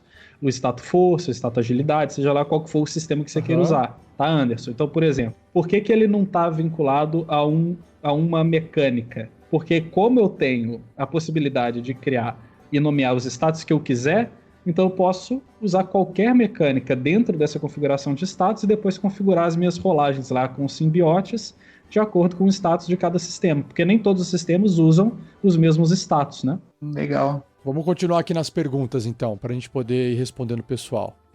O Bang apareceu falando salve, salve, e aí voltou o seu irmão. Aproveitando novamente, adaptar ou ignorar as regras oficiais de D&D em favor da narrativa prejudica ou enriquece a experiência de jogo? O quão válido é trazer recursos visuais ao universo imaginativo? A gente já vem discutindo isso, né? Ele é tão válido quanto você sente necessidade daquilo lá. Tem gente que vai falar, não, eu gosto de imaginar. Tem gente que vai falar, não, eu gosto de ver. Então, como ele é uma ferramenta visual, ele vai preencher essas lacunas visuais que você não teria de outra forma se não tivesse uma ferramenta 3D. Eu acho que a própria plataforma já responde, né? Até uma resposta mais direta é o quão coeso você quer que a experiência de todos os jogadores seja com o que você quer apresentar de forma visual, né? Eu acho que, de novo, é uma experiência e nada substitui. De novo, eu gosto de teatro da mente, eu não gosto de ter esse visual, eu gosto de imaginar. Não tem problema nenhum, né? Eu acho que a pessoa que vai jogar no teu Spire, ela preza por essa experiência visual. Da mesma forma que você fala assim, cara, eu gosto de ver um filme cheio de efeito especial, um monte de efeito 3D, eu tô ali pra ver aquele deleite visual. Você pode falar, não, eu não me importo com isso, eu quero ver um filme que tem uma boa história e pra mim não importa tanto se o visual é bem feito ou não.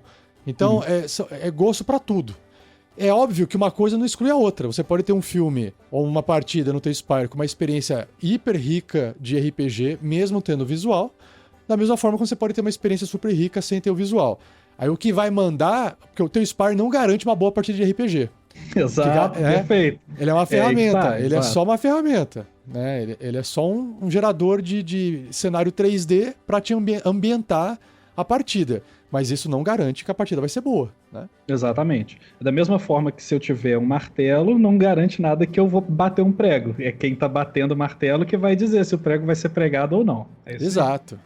Aí o da Carol falou do celular aqui, cheguei. Aí é Felipe, seu irmão, Daniel? Isso, Felipe. A pergunta acima refere-se a essa adaptação utilizando os artifícios atuais, como por exemplo o teu Spire. Haja vista que exemplos ficam muito mais fáceis com esse subterfúgio. Sim. De novo, assim, se de um lado ficou fácil, do outro lado teve trabalho. Se você tá entrando aqui no teu Spire e tá vendo, nossa, que legal, tá tudo pronto, o visual tá todo montado, alguém gastou tempo criando e montando isso. Outra coisa, 100% teatro da mente, você não tem o trabalho de preparar. E aí você imagina tudo na hora, do jeito que você quiser. Então, é vantajoso pro mestre também trabalhar com o teatro da mente, porque ele tem zero trabalho para preparar as coisas. E aí vai dar aquela coisa do tipo, cada um imagina uma coisa e pode dar conflito. Foi a discussão da forja passada. que era sobre show don't tell, né? Uhum.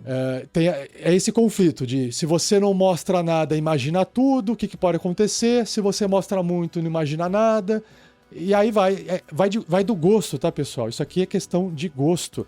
E outra, não é só gosto que eu digo, não é se eu gosto de um, não gosto do outro. Você pode gostar dos dois. Você pode gostar do visual e você pode gostar do teatro da mente. Ah, hoje eu tô afim de jogar uma aventura só com o teatro da mente. Perfeito.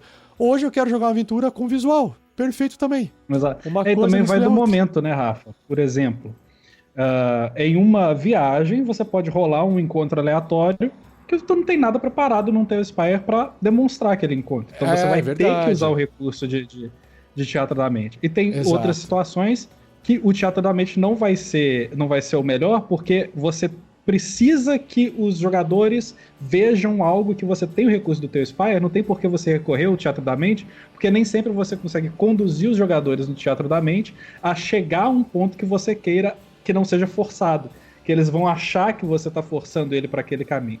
Então, exatamente isso. Vai depender da situação, do gosto, do que você quer apresentar na experiência do jogo, da narrativa.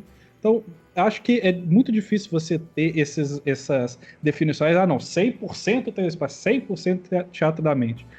Vai de são muitas variáveis, e todas elas são agregáveis, todas elas são somatórias de uma experiência, né? Nenhuma substitui a outra, mas eu acho que uma complementa a outra e vice-versa. Mais umas leituras aqui. O Gustavo Amaral falou que é muito foda esse software, o Douglas mandou um salve-salve, a Carol já respondeu, entendi que são cenários customizáveis dentro do T-Spire, mas existem cenários já pré-prontos? É o que o Daniel falou sobre a comunidade, né? A comunidade cria, aí você entra em algum lugar lá num site e baixa o conteúdo e roda o conteúdo aqui, né? Por exemplo, ela perguntou, tem uma taverna lotada, por exemplo?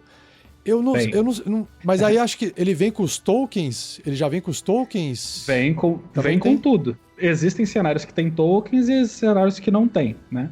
Mas eu acho que o menos preocupante são os tokens, porque tu pode selecionar qualquer um ali e colocar. É bem mais fácil os tokens, o cenário é bem mais difícil. Fácil, bem mais fácil. O cenário, como você tem que colocar peça a peça, quando você encontra um cenário já pronto, que se aproxima daquilo que tu precisa, tu já dá até já dá uma aliviada. E aí tu pode só utilizar aquele cenário, personalizar ele do jeito que você quer, dar uma customizada para dar uma cara mais sua, mas o cenário inteiro já está pronto ali. Tem taverna, tem castelo, tem cenário de combate, tem torre de magos. E aí, quem tiver interesse, depois, se você quiser colocar no link do vídeo, se tu upar, Rafa, chama Tales Tavern no site, é talestavern.com. Ah, entendi. Tá, legal. Tá? O pessoal poder acessar o material.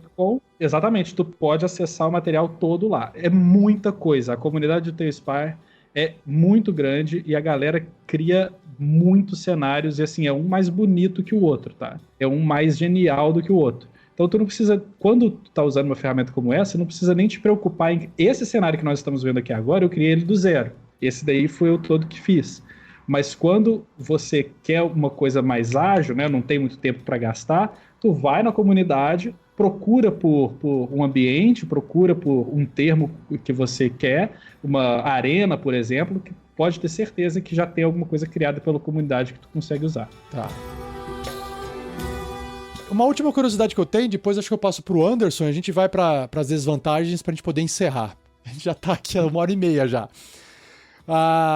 Eu lembro que eu vi um vídeo do T-Spire onde os tokens se atacavam com magias e saía magia de um token pro outro. A minha dúvida é, isso é uma coisa que vem do T-Spire, mas você tem que ativar manualmente? Aquilo era uma resposta automática a um ataque? Era só um efeito que... Porque assim, como é que o raio sabe que tá saindo do seu personagem e tá indo no outro? É uma coisa que o mestre que faz? A gente primeiro tem que configurar o turno. Então, quando eu mudo... existem três tipos de visualização no T-Spire. Que é o modo exploração, que é esse que a gente está agora. O modo de turnos, então, que é quando a gente quer fazer combate ou alguma coisa que precisa de fazer um controle, um manuseio de ações. Certo. E tem o modelo cutscene.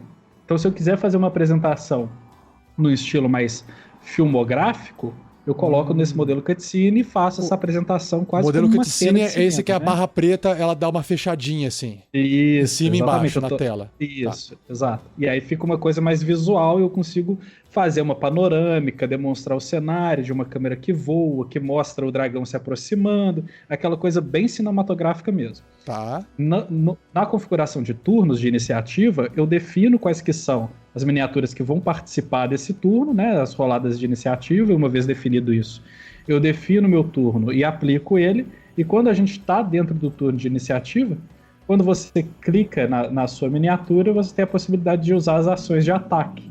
Então eu clico na minha miniatura ali, por exemplo, eu tenho o íconezinho de ataque, e eu clico em quem que vai ser atacado. Ah, então você escolhe fazer um ataque e aí esse ataque é feito automaticamente. Eu clico, O por efeito. exemplo, o efeito vai automaticamente em quem eu estou atacando.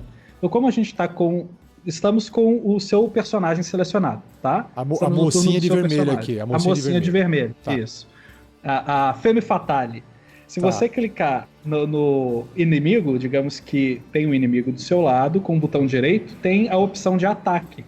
E dentro da sua opção de ataque, você tem alguns ataques que você pode realizar no inimigo. Isso já vem pré-pronto, no teu Spire. Já está configurado no teu Spire. Exatamente. Aqui, então eu fiz um ataque de míssel mágico e aqui diz que eu estou tentando atacar o Commoner. Você usou um ataque corpo a corpo ou um ataque mágico? Um ataque mágico, mísseis mágicos. Entendi. Você teve que liberar aí, é isso? Como mestre? Eu tenho que dar um maisinho, exatamente. Eu tenho que permitir o ataque de acontecer. Ah, entendi. Então vamos lá. Eu tenho aqui as opções de fazer um ataque do laser verde. Vamos ver como é que fica o laser verde. Ah, ele é rápido. Ele vai negócio bem verde bonito, rápido. né? O laser É um vermelho. míssil bem rápido. Vamos ver o laser vermelho. É tipo um tiro, né? Ele vai bem rápido. O mísseis mágicos que ele faz um arco, né? Uma parábola, né? É uma parábola. E o hit é o ataque corpo a corpo, mas eu posso fazer a É o distância? ataque corpo a corpo. Ah, Pode pode fazer a distância. distância, sim. Tá. Esse sonzinho que ele faz de ataque mágico e ataque corpo a corpo, ele também Já é tudo da automático. ferramenta. Tudo da Sim, ferramenta. Tá. Esses efeitos também dá para importar isso ou ele fica limitado ao que tem aqui na ferramenta? Não, desses de ataque são os que já tem na ferramenta. Tu consegue colocar dentro de uma pasta no teu Spire, no diretório do seu computador, por exemplo, algumas outras músicas, alguns efeitos de background e tal, mas de ataque tu não consegue alterar. Entendi, tá. Ok. Gente, assim, a gente pode ficar aqui horas, né? Horas. Horas e horas e horas. Vamos então para a última parte, as desvantagens, né? Você como mestre, quando você está jogando, e os jogadores às vezes também querem fazer algumas coisas e isso aqui não dá para fazer aqui. Algumas coisas a gente já discutiu. Sim. E aí, mas assim, o que você acha que tem de desvantagem na ferramenta? Assim, como eu já disse, a minha maior desvantagem para mim da plataforma, elas são duas. Primeiro, montar o cenário 3D, que, de novo, eu acho que é uma coisa trabalhosa. Eu, como mestre, eu prefiro pegar as coisas já prontas, porque eu quero preparar a aventura e começar a jogar ela o quanto antes, e eu gasto mais tempo no preparo com a história e com o que cada personagem vai ter pra falar, uma vez que os jogadores chegarem lá, ou seja, eu preparo por trás Sim. do mapa, coloco o mapa que tem, mas é claro, eu gasto tempo fazendo parede, colocando efeito visual, eu já gasto um tempo, mas construir um mapa do zero, incluindo, sabe, paredinha, plantinha, pedrinha, me parece uma coisa que demanda muito tempo, e aí eu já fico meio assim. Esse é o primeiro ponto. O segundo ponto é a falta de automação. É a falta de... Ele, por ser um sistema agnóstico, ele fica democrático, você joga qualquer RPG nele, mas ao mesmo tempo você fica preso à versão original do jogo de mesa, que tem que rolar o dado, tem que somar os valores na mão, tem que aplicar o dano manualmente. Então, esse é um ponto negativo para mim no digital. Que o digital, na minha cabeça, ele tem que vir para otimizar o nosso tempo. Eu acho que o teu Spire, se ele tivesse uma integração com o D&D, que o ideal seria isso. O ideal seria alguém pegar essa plataforma e integrar com a parte do sistema. E aí você tem tudo pronto do sistema automaticamente. Quer fazer uma bola de fogo? Você clica lá na lista, pega a bola de fogo, arrasta pro personagem, clica no botão, taca a bola de fogo, vai animação, explode, já faz a conta automaticamente, aplica o dano automaticamente. Pra mim, se fosse isso, nossa, meu Deus do céu, aí 90% do caminho andado, porque aí só faltaria o 3D pra poder montar, que também dá pra ser resolvido. Existe aquela plataforma de 3D que se chama o Dungeon Alchemist, que ele faz um é muito bonito. 3D parecido com esse, do The Spire. E ele gera o 3D de forma procedural, né? Então, se tivesse algo procedural de criação, tudo integrado, você tem a plataforma perfeita para poder jogar o RPG que você quiser, né? Então, eu acho que a gente tá caminhando para isso. É só uma questão de tempo, né? Mas vamos lá. Parar de falar aqui, comente aí sobre os pontos negativos. Esses 2 pontos que você disse que são negativos, eu também concordo com eles, mas existe um terceiro que eu acho que é um pouco menos reversível do que esses 2, tá? Porque ele vai depender de custo e não de engenhosidade. Por que eu tô falando isso? Porque na construção de cenário, você não necessariamente precisa gastar seu tempo. Porque da mesma forma que no cenário, lá no VVT 2D, tu pega um cenário criado por alguém, pega uma imagem criada por alguém, no 3D tu também pode fazer isso, acessando o conteúdo da comunidade, trazendo um cenário pronto. Isso é o de menos, na minha visão, tá? Tá, ok. Na questão da automação, já existem alguns simbiontes, né? A gente falou rapidinho ali, mas a questão de simbiontes eu nem uso, na verdade, porque essa parte não me preocupa muito, a questão da automação, eu não me pego muito com essa coisa, mas eu já tenho... Existe uma certa chance de já existir um simbionte que utilize a mecânica do D&D, que já tem algumas automações de dano, de vida, de salvaguardas de morte. Eu só não consigo te dizer se tem ou se não, porque eu mesmo não uso, tá? Mas a chance é grande de já existir. Tá. Agora, um ponto negativo que eu acho que é um pouco mais crítico, que é o desempenho da ferramenta. Porque como é uma ferramenta muito que te dá a possibilidade de criar muita coisa, e como ela é uma ferramenta que é procedural, cada slabzinho que eu coloco numa cena, ele vai agregar peso na minha cena. Então, quanto mais complexa, mais informação, mais objeto, mais miniatura, mais construção eu tiver numa cena, mais pesado vai ser para eu rodar aquela cena. Tá. E para eu reduzir esse impacto, eu tenho que ter um computador melhor ou criar uma cena que é muito simples. E aí perde o objetivo da ferramenta. Porque justamente eu quero utilizar uma ferramenta que seja visual para ser o mais esplendoroso possível. Sim, né? sim. Tanto é que eu tive que trocar. Eu troquei de computador justamente para poder criar a experiência junto com a transmissão, porque eu vou estar rodando OBS, Spire, áudio, software de áudio, e assim vai, várias coisas ao mesmo tempo, e o Spire, ele cria cenas que são pesadas, porque a forma com que ele cria essas cenas, ele demanda muito da memória, do processador, da placa de vídeo do computador. Então, para quem tem um computador que não é um computador bom, é difícil utilizar tudo que a ferramenta pode proporcionar, entendeu? Acho que esse mas é tem o a mais opção do jogador desativar, acho que o gráfico, reduzir a qualidade gráfica para ficar mais leve, né? Tem várias coisas que vão ajudar a otimizar o processamento, mas elas são minimizadoras desse desempenho. Tá, e elas não melhoram de forma tão significativa se você tiver um cenário muito grande, né? Aí você tem que se limitar a utilizar a ferramenta. Então, acho que o mais crítico de todos esses, na minha opinião, é o desempenho. Porque por ser uma ferramenta que vai te possibilitar muita liberdade, ele também vai puxar muito o desempenho da sua máquina. Então, se você tiver várias coisas abertas ao mesmo tempo no computador que não é muito, muito forte, ele vai te deixar um pouquinho na mão. Mas se parar pra pensar, é uma coisa que se você clicar e comprar, você tem que ter dinheiro. Resolve. Exato. Mas assim, por que eu tô falando isso? Porque assim, vamos supor, eu tenho dinheiro pra comprar o hardware, mas eu não tenho modelo 3D, porque pra ter um modelo 3D, alguém tem que sentar, alguém tem que fazer o modelo, alguém tem que colocar a sua habilidade, o seu tempo pra criar aquele modelo para que eu possa baixar e usar. Então, se for ver bem, todo o tempo gasto e energia gasto pra criar todos os assets, pra gerar essa experiência, o cara que faz áudio, a pessoa que fez modelo 3D, a pessoa que fez efeito de partícula, se você junta todo esse material da comunidade, não ter isso é muito pior do que você não ter uma placa de vídeo melhor. Porque a placa de vídeo você compra e resolve o problema. Eu não consigo comprar, num botão e clicar e comprar o modelo 3D, assim, do tipo... Se tem um modelo 3D que não existe, e eu quero, eu preciso pagar pra alguém fazer pra mim. E isso vai custar muito mais caro do que a placa de vídeo.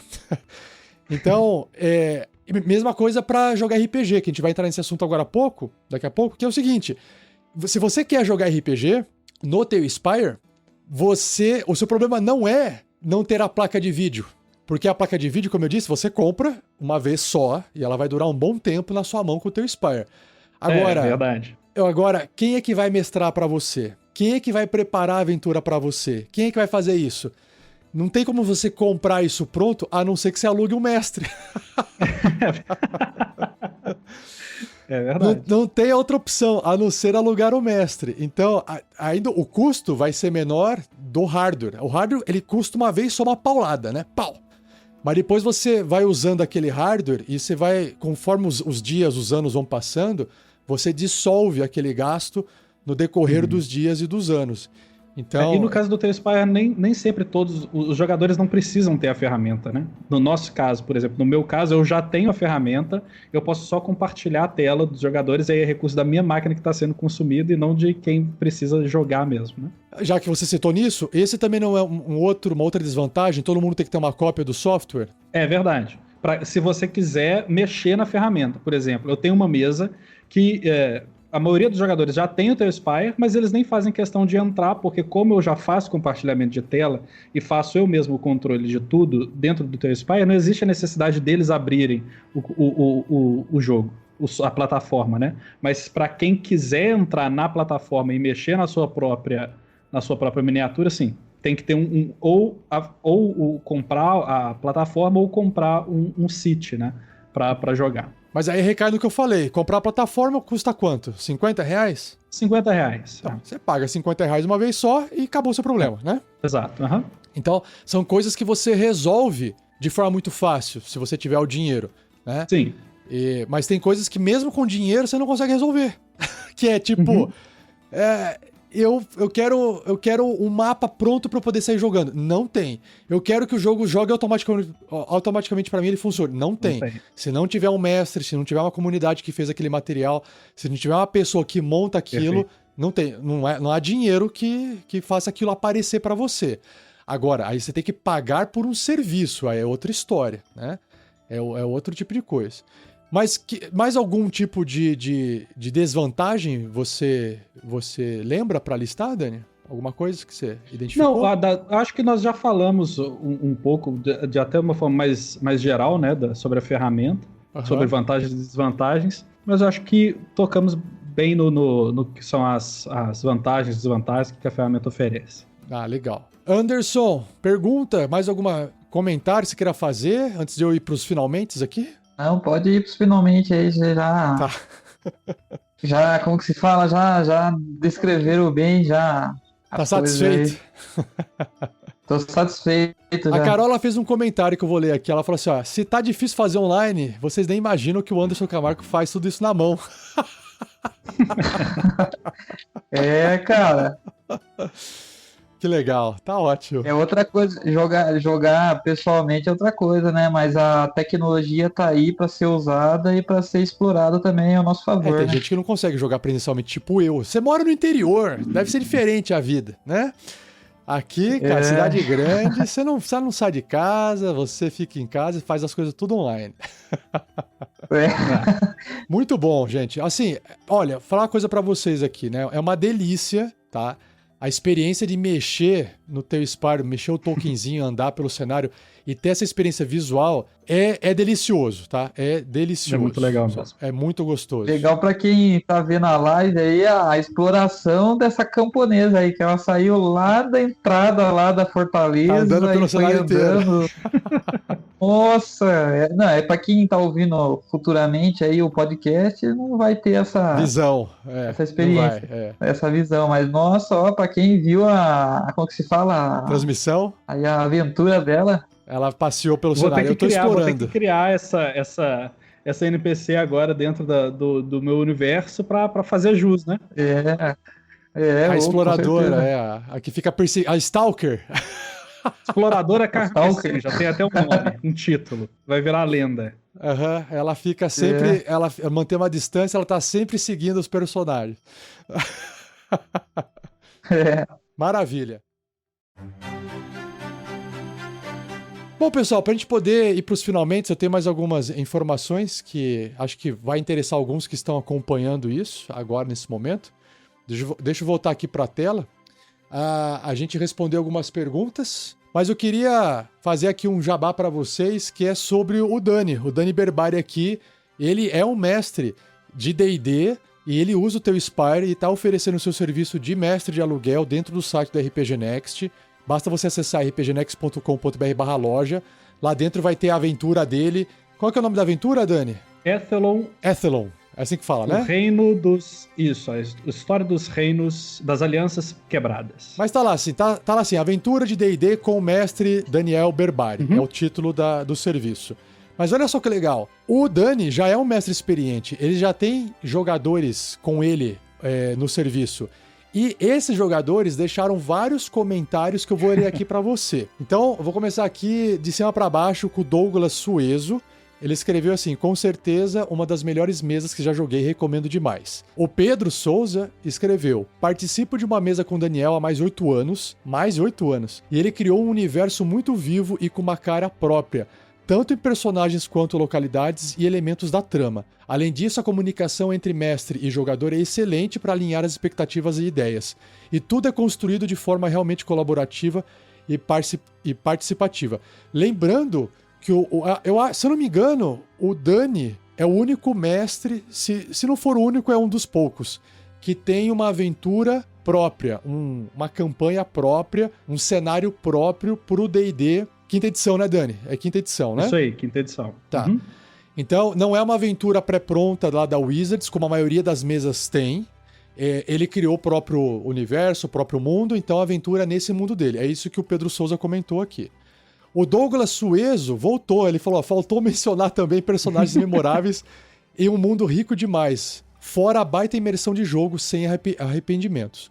O Matheus Santana escreveu: jogo com o Berbari tem tempo e as mesas dele são muito boas. Narrativa excelente, histórias cativantes que prendem a atenção do início ao fim, vale muito a pena. O Vini Vizuni Ribeiro escreveu: mundo super completo, com todo tipo de informação necessária para uma excelente gameplay e desenvolvimento de personagem, mestre flexível e com ótima dinâmica ao desenvolver a história, vale a pena conhecer mais, super recomendo.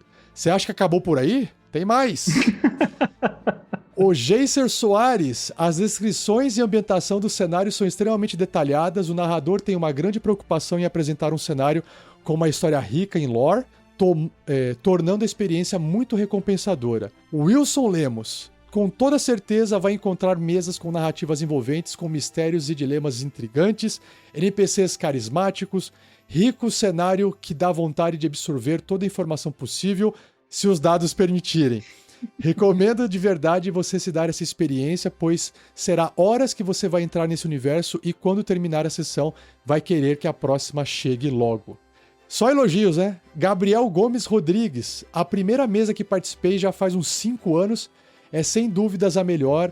Ele imerge não somente a narrativa das sessões, mas no mundo como se toda ação tivesse real consequência, seja boa ou não. Tem muita paciência para ensinar e está disposto a alterar e permitir coisas novas para cada personagem ser realmente único. Tiago Silva: as mesas com Berbari são sempre muito dinâmicas, sendo ele mestre ou jogador. Ele tem um carinho enorme pelo cenário que montou há anos e empenha bastante em entregar uma experiência gratificante em suas campanhas. É meio esquisito ficar aqui só escutando o Rafa lendo que os meus falando jogadores... sobre você. Mas não acabou. João Ribeiro: tenho tido o privilégio de jogar as campanhas do Daniel há mais de 3 anos. A sua maneira de contar histórias e de nos proporcionar viver em um outro mundo tão vivo e muito cativante. Jogando nas campanhas dele, você vai ter a oportunidade de explorar diversos sentimentos ao longo de sua jornada. Além de que seu personagem ficará imortalizado para sempre nesse universo tão incrível como o de Ethelon. E não acabou, tem mais 3 aqui para fechar. A Lívia Barroso escreveu: Berbari proporciona uma narrativa imersiva muito divertida, com cenários detalhados e com desafio para os personagens e para os jogadores. Risos, risos, risos. Gostei muito de participar do meu Naurug Gandolfo, acho que é o nome do personagem dela. Naurug Gandolfo. Naurug, que no nosso cenário nada mais é do que os Minotauros, mas eles são chamados de Naurug por uma questão de lore. Ah, é a raça ali, a espécie da criatura, entendi. Isso. Dá pra perceber que dá pra perceber bem o cuidado dele com os personagens, com o mundo criado e as situações que são apresentadas, a pontualidade das sessões e envolvimento dos jogadores. É muito gratificante. Lucas Scott. Tive a feliz oportunidade de ser jogador na mesa do Berbari durante alguns meses com meus amigos. O nível de entrega e criatividade que ele oferece em suas campanhas é algo surreal. Desde a criação do mundo, histórias, sons, imagens e raças. De primeiro momento fiquei receoso por experimentar algo novo com alguém que leva uma mesa tão a sério, mas conforme cada sessão foi decorrendo, eu vi que era algo único e fascinante. É incrível o nível de detalhe em suas histórias, além da produção de todo o material do universo de Ethlon. Toda entrega por parte do mestre, sem contar a maestria com que Berbário atua, é demais. Se tiverem dúvida por conta de ser algo novo, não se preocupe. Ele auxilia na criação do personagem, no entendimento do seu mundo e tudo o que envolve. Espere por materiais visuais, PDFs, fluxogramas, caraca, é realmente algo bem completo a nível de conteúdo. Se tiver oportunidade, eu recomendo e muito a experiência. Abraço. E para fechar, o Thiago Frausch, mestre que descreve em detalhes o cenário, dando-lhes vida através da imaginação. O mundo em si é riquíssimo. Aconselho para quem quer uma legítima experiência de imersão em RPG. Ah, meu Deus, tem mais dois que eu esqueci? Não é Gustavo Coelho. Para fechar, eu li todos, agora eu vou até o final. Gustavo Coelho. Atualmente estou em minha segunda campanha com o Mestre Berbari. A primeira, que durou mais de 5 anos, é o que me fez apaixonar com RPG. De fato, tive uma outra vida enquanto jogava nessa primeira campanha, pois é isso que jogar com esse mestre representa. A riqueza de detalhes nos cenários, nas descrições, atuações e vozes deixa a gameplay muito imersiva. Mas não apenas isso, posso me considerar um jogador lore keeper, o mantenedor de conhecimento. E o Berbari é impecável nesse quesito. Uma infinidade de informações dentro do cenário próprio de Ethlon é incrível. Várias histórias e contos que estão cravados na minha mente, até mais que vários clássicos da literatura. O tempo que passei jogando com o Lohan, que acho que é o personagem dele, me ensinaram muito. Tanto como jogador quanto como pessoa, e geraram momentos incríveis que levo com muito carinho dentro do meu coração.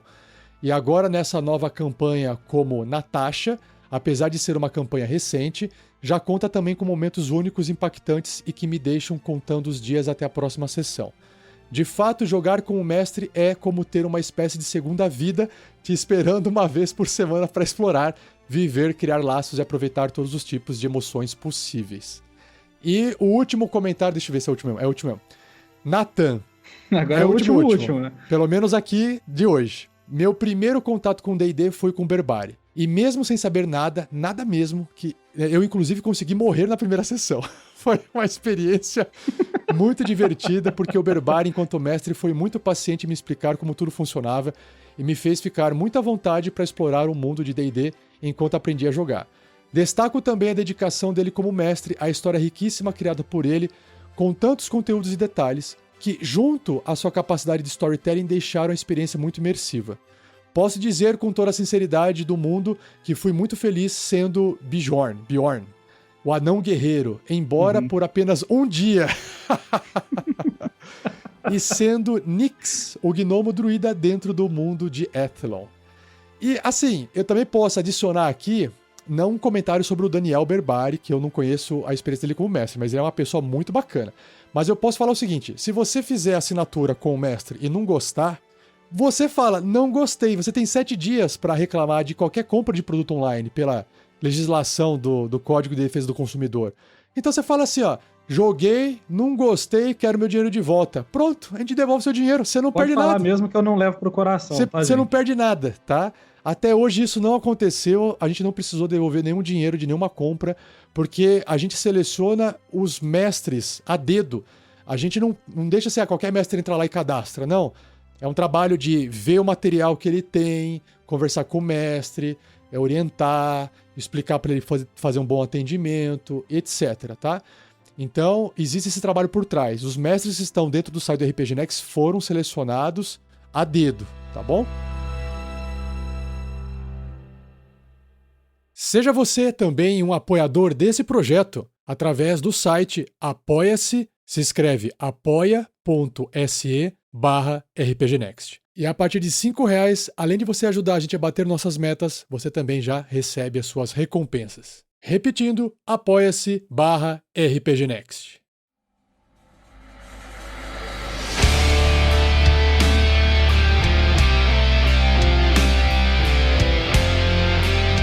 Então é isso, gente. Mais algum comentário? Mais alguma... Anderson, quer fazer alguma pergunta para fechar? Não, quero não. Tá de boa. Então faz o seu jabá aí, Anderson. Faz algum comentário, você quer que o pessoal te acompanhe em algum lugar? Posso fazer meu jabá Sim, aqui? momento jabá. Vai lá. Aí sim, hein? Não, mas não tenho nada não pra fazer jabá, é só que... Só o meu Pix, né? Só o Pix pro pessoal, né? Só o meu Pix. Eu tenho a minha barbearia, eu sou barbeiro, pô. Olha aí, tá aí o por isso você tem essa momento, barba estilosa aí. Tenho essa barba reluzente. Mas você aqui corta a de própria anão barba da aí? café. Ah, não tem como, né, cara? Tem que ter um segundo olhar, né? Tem que ser em terceira Casa de pessoa. Né? ferreiro, espeto É de isso, pau. então? É, casa de ferreiro, espeto de pau, né? Mas, inclusive, a sala aqui de jogos aqui que a gente joga é na minha barbearia. Não é no lugar que eu trabalho como barbeiro, mas é assim, no mesmo lugar, assim, no mesmo ambiente. Que legal, cara. Que legal. Ô, sabe o que seria legal? Todos os personagens terem bigode, ou bigode e barba. Todos eles, todos. Os NPCs, até os goblins, os orcs, todos eles têm bigode, sabe? Os elfos. Os elfos de tudo, né? bigode. Até as mulheres, né? Os ratos, tudo. Todo mundo de bigode, 100%. Boa ideia. Vou começar a aderir na próxima Você tem Instagram? Fala o Instagram pra galera aí. Eu tenho o Instagram da barbearia lá, @barbeariaperegrino. Peregrino. Isso. Até combina com RPG, ó. barbearia. Peregrino, né? Combina com RPG. Peregrinagem, né? Então. Não, mas é engraçado que aqui na barbearia eu tenho, né, toda a parte, assim, de coisa pra decoração da barbearia, enfim. E eu tenho várias coisinhas relacionadas também ao RPG, né, relacionado ao Dungeons and Dragons. Que legal. E aí a galera vem e pergunta assim, nossa, o que é isso, cara? E tal, não sei o quê, pra que serve? Como que joga? Onde que eu compro esse jogo? Que legal. É um meio de ali, enquanto eu tô ali no ganha-pão, eu tô ali também conversando, trocando uma ideia, dando risada. Possível. Então, sigam o Anderson no Instagram dele, @peregrino, né? Peregrino. @barbearia peregrino. Barbearia Peregrino. Legal. Aí vocês conversam com o Anderson por lá e pedem uns conselhos de mestre pra ele, de jogador lá também. Tatuí SP. Tatuí SP. Tatuí interior de São Se alguém Paulo. estiver passando por Tatuí SP, se alguém estiver ouvindo no carro esse podcast, dirigindo, estiver passando, desvia o caminho e vai fazer sua barba lá com o Anderson. Vai fazer a barba, ouvir umas músicas de taverna aqui. Maravilha. Valeu, Anderson. Obrigado, cara. Valeu, é nóis. E pra fechar com o Dani, mais algum jabá aí? Algum comentário? Tem canais pro pessoal te seguir, para ver o seu trabalho? Vamos falar dos canais. Tem um canal no YouTube, que a gente falou no início da sessão, e da nossa sessão, eu já tô com a mente no RPG de novo. Do YouTube, da Twitch, que no YouTube é o @EtelonRPG, tudo junto, e na Twitch é twitch.tv/rancante, onde eu faço as transmissões ao vivo das sessões que acontecem todas as sextas-feiras, a partir das 8 horas da noite, todos os sábados a partir das 9 horas da manhã. E também tem um outro projeto que é baseado no meu universo de RPG, que eu estou começando a desenvolver, que é um card game, que todo mundo pode acessar o site, que é EtelonCG, ou seja, eteloncardgame.com. Isso, que tem as informações do jogo ali. Inclusive, eu preciso de jogadores teste para a gente conseguir desenvolver as mecânicas, afinar o jogo, e os jogadores que jogam nas minhas mesas são todos muito bem-vindos a participar dos playtests comigo. Você tem o seu serviço de mestre de aluguel, você tá jogando lá, o pessoal vai terminar a partida na taverna, aí você fala, gente, 1 hora aqui agora é para fazer testes do meu card game e não entra no serviço, é de graça. Todo mundo topa, já jogar, aproveita, já joga, entendeu? Exatamente. Quem gosta de card game, é um jogo no estilo ali de Magic the Gathering, Pokémon, Yu-Gi-Oh!, essas coisas ali bem que quem já conhece é bem comum, tá? Não é muito difícil, mas é isso aí. Muito Tá obrigado ótimo. pelo convite, Rafa.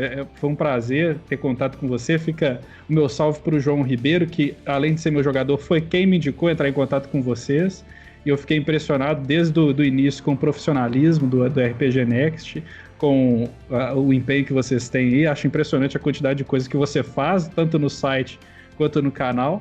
E é isso, muito obrigado. Tamo junto. Valeu, obrigado. E pra fechar aqui, o comentário da mãe. Eu não Não jogo, poderia faltar. mas acompanho os jogos ao vivo do Dani, meu filho. Eu acho que as pessoas gostam dele porque é bem teatral.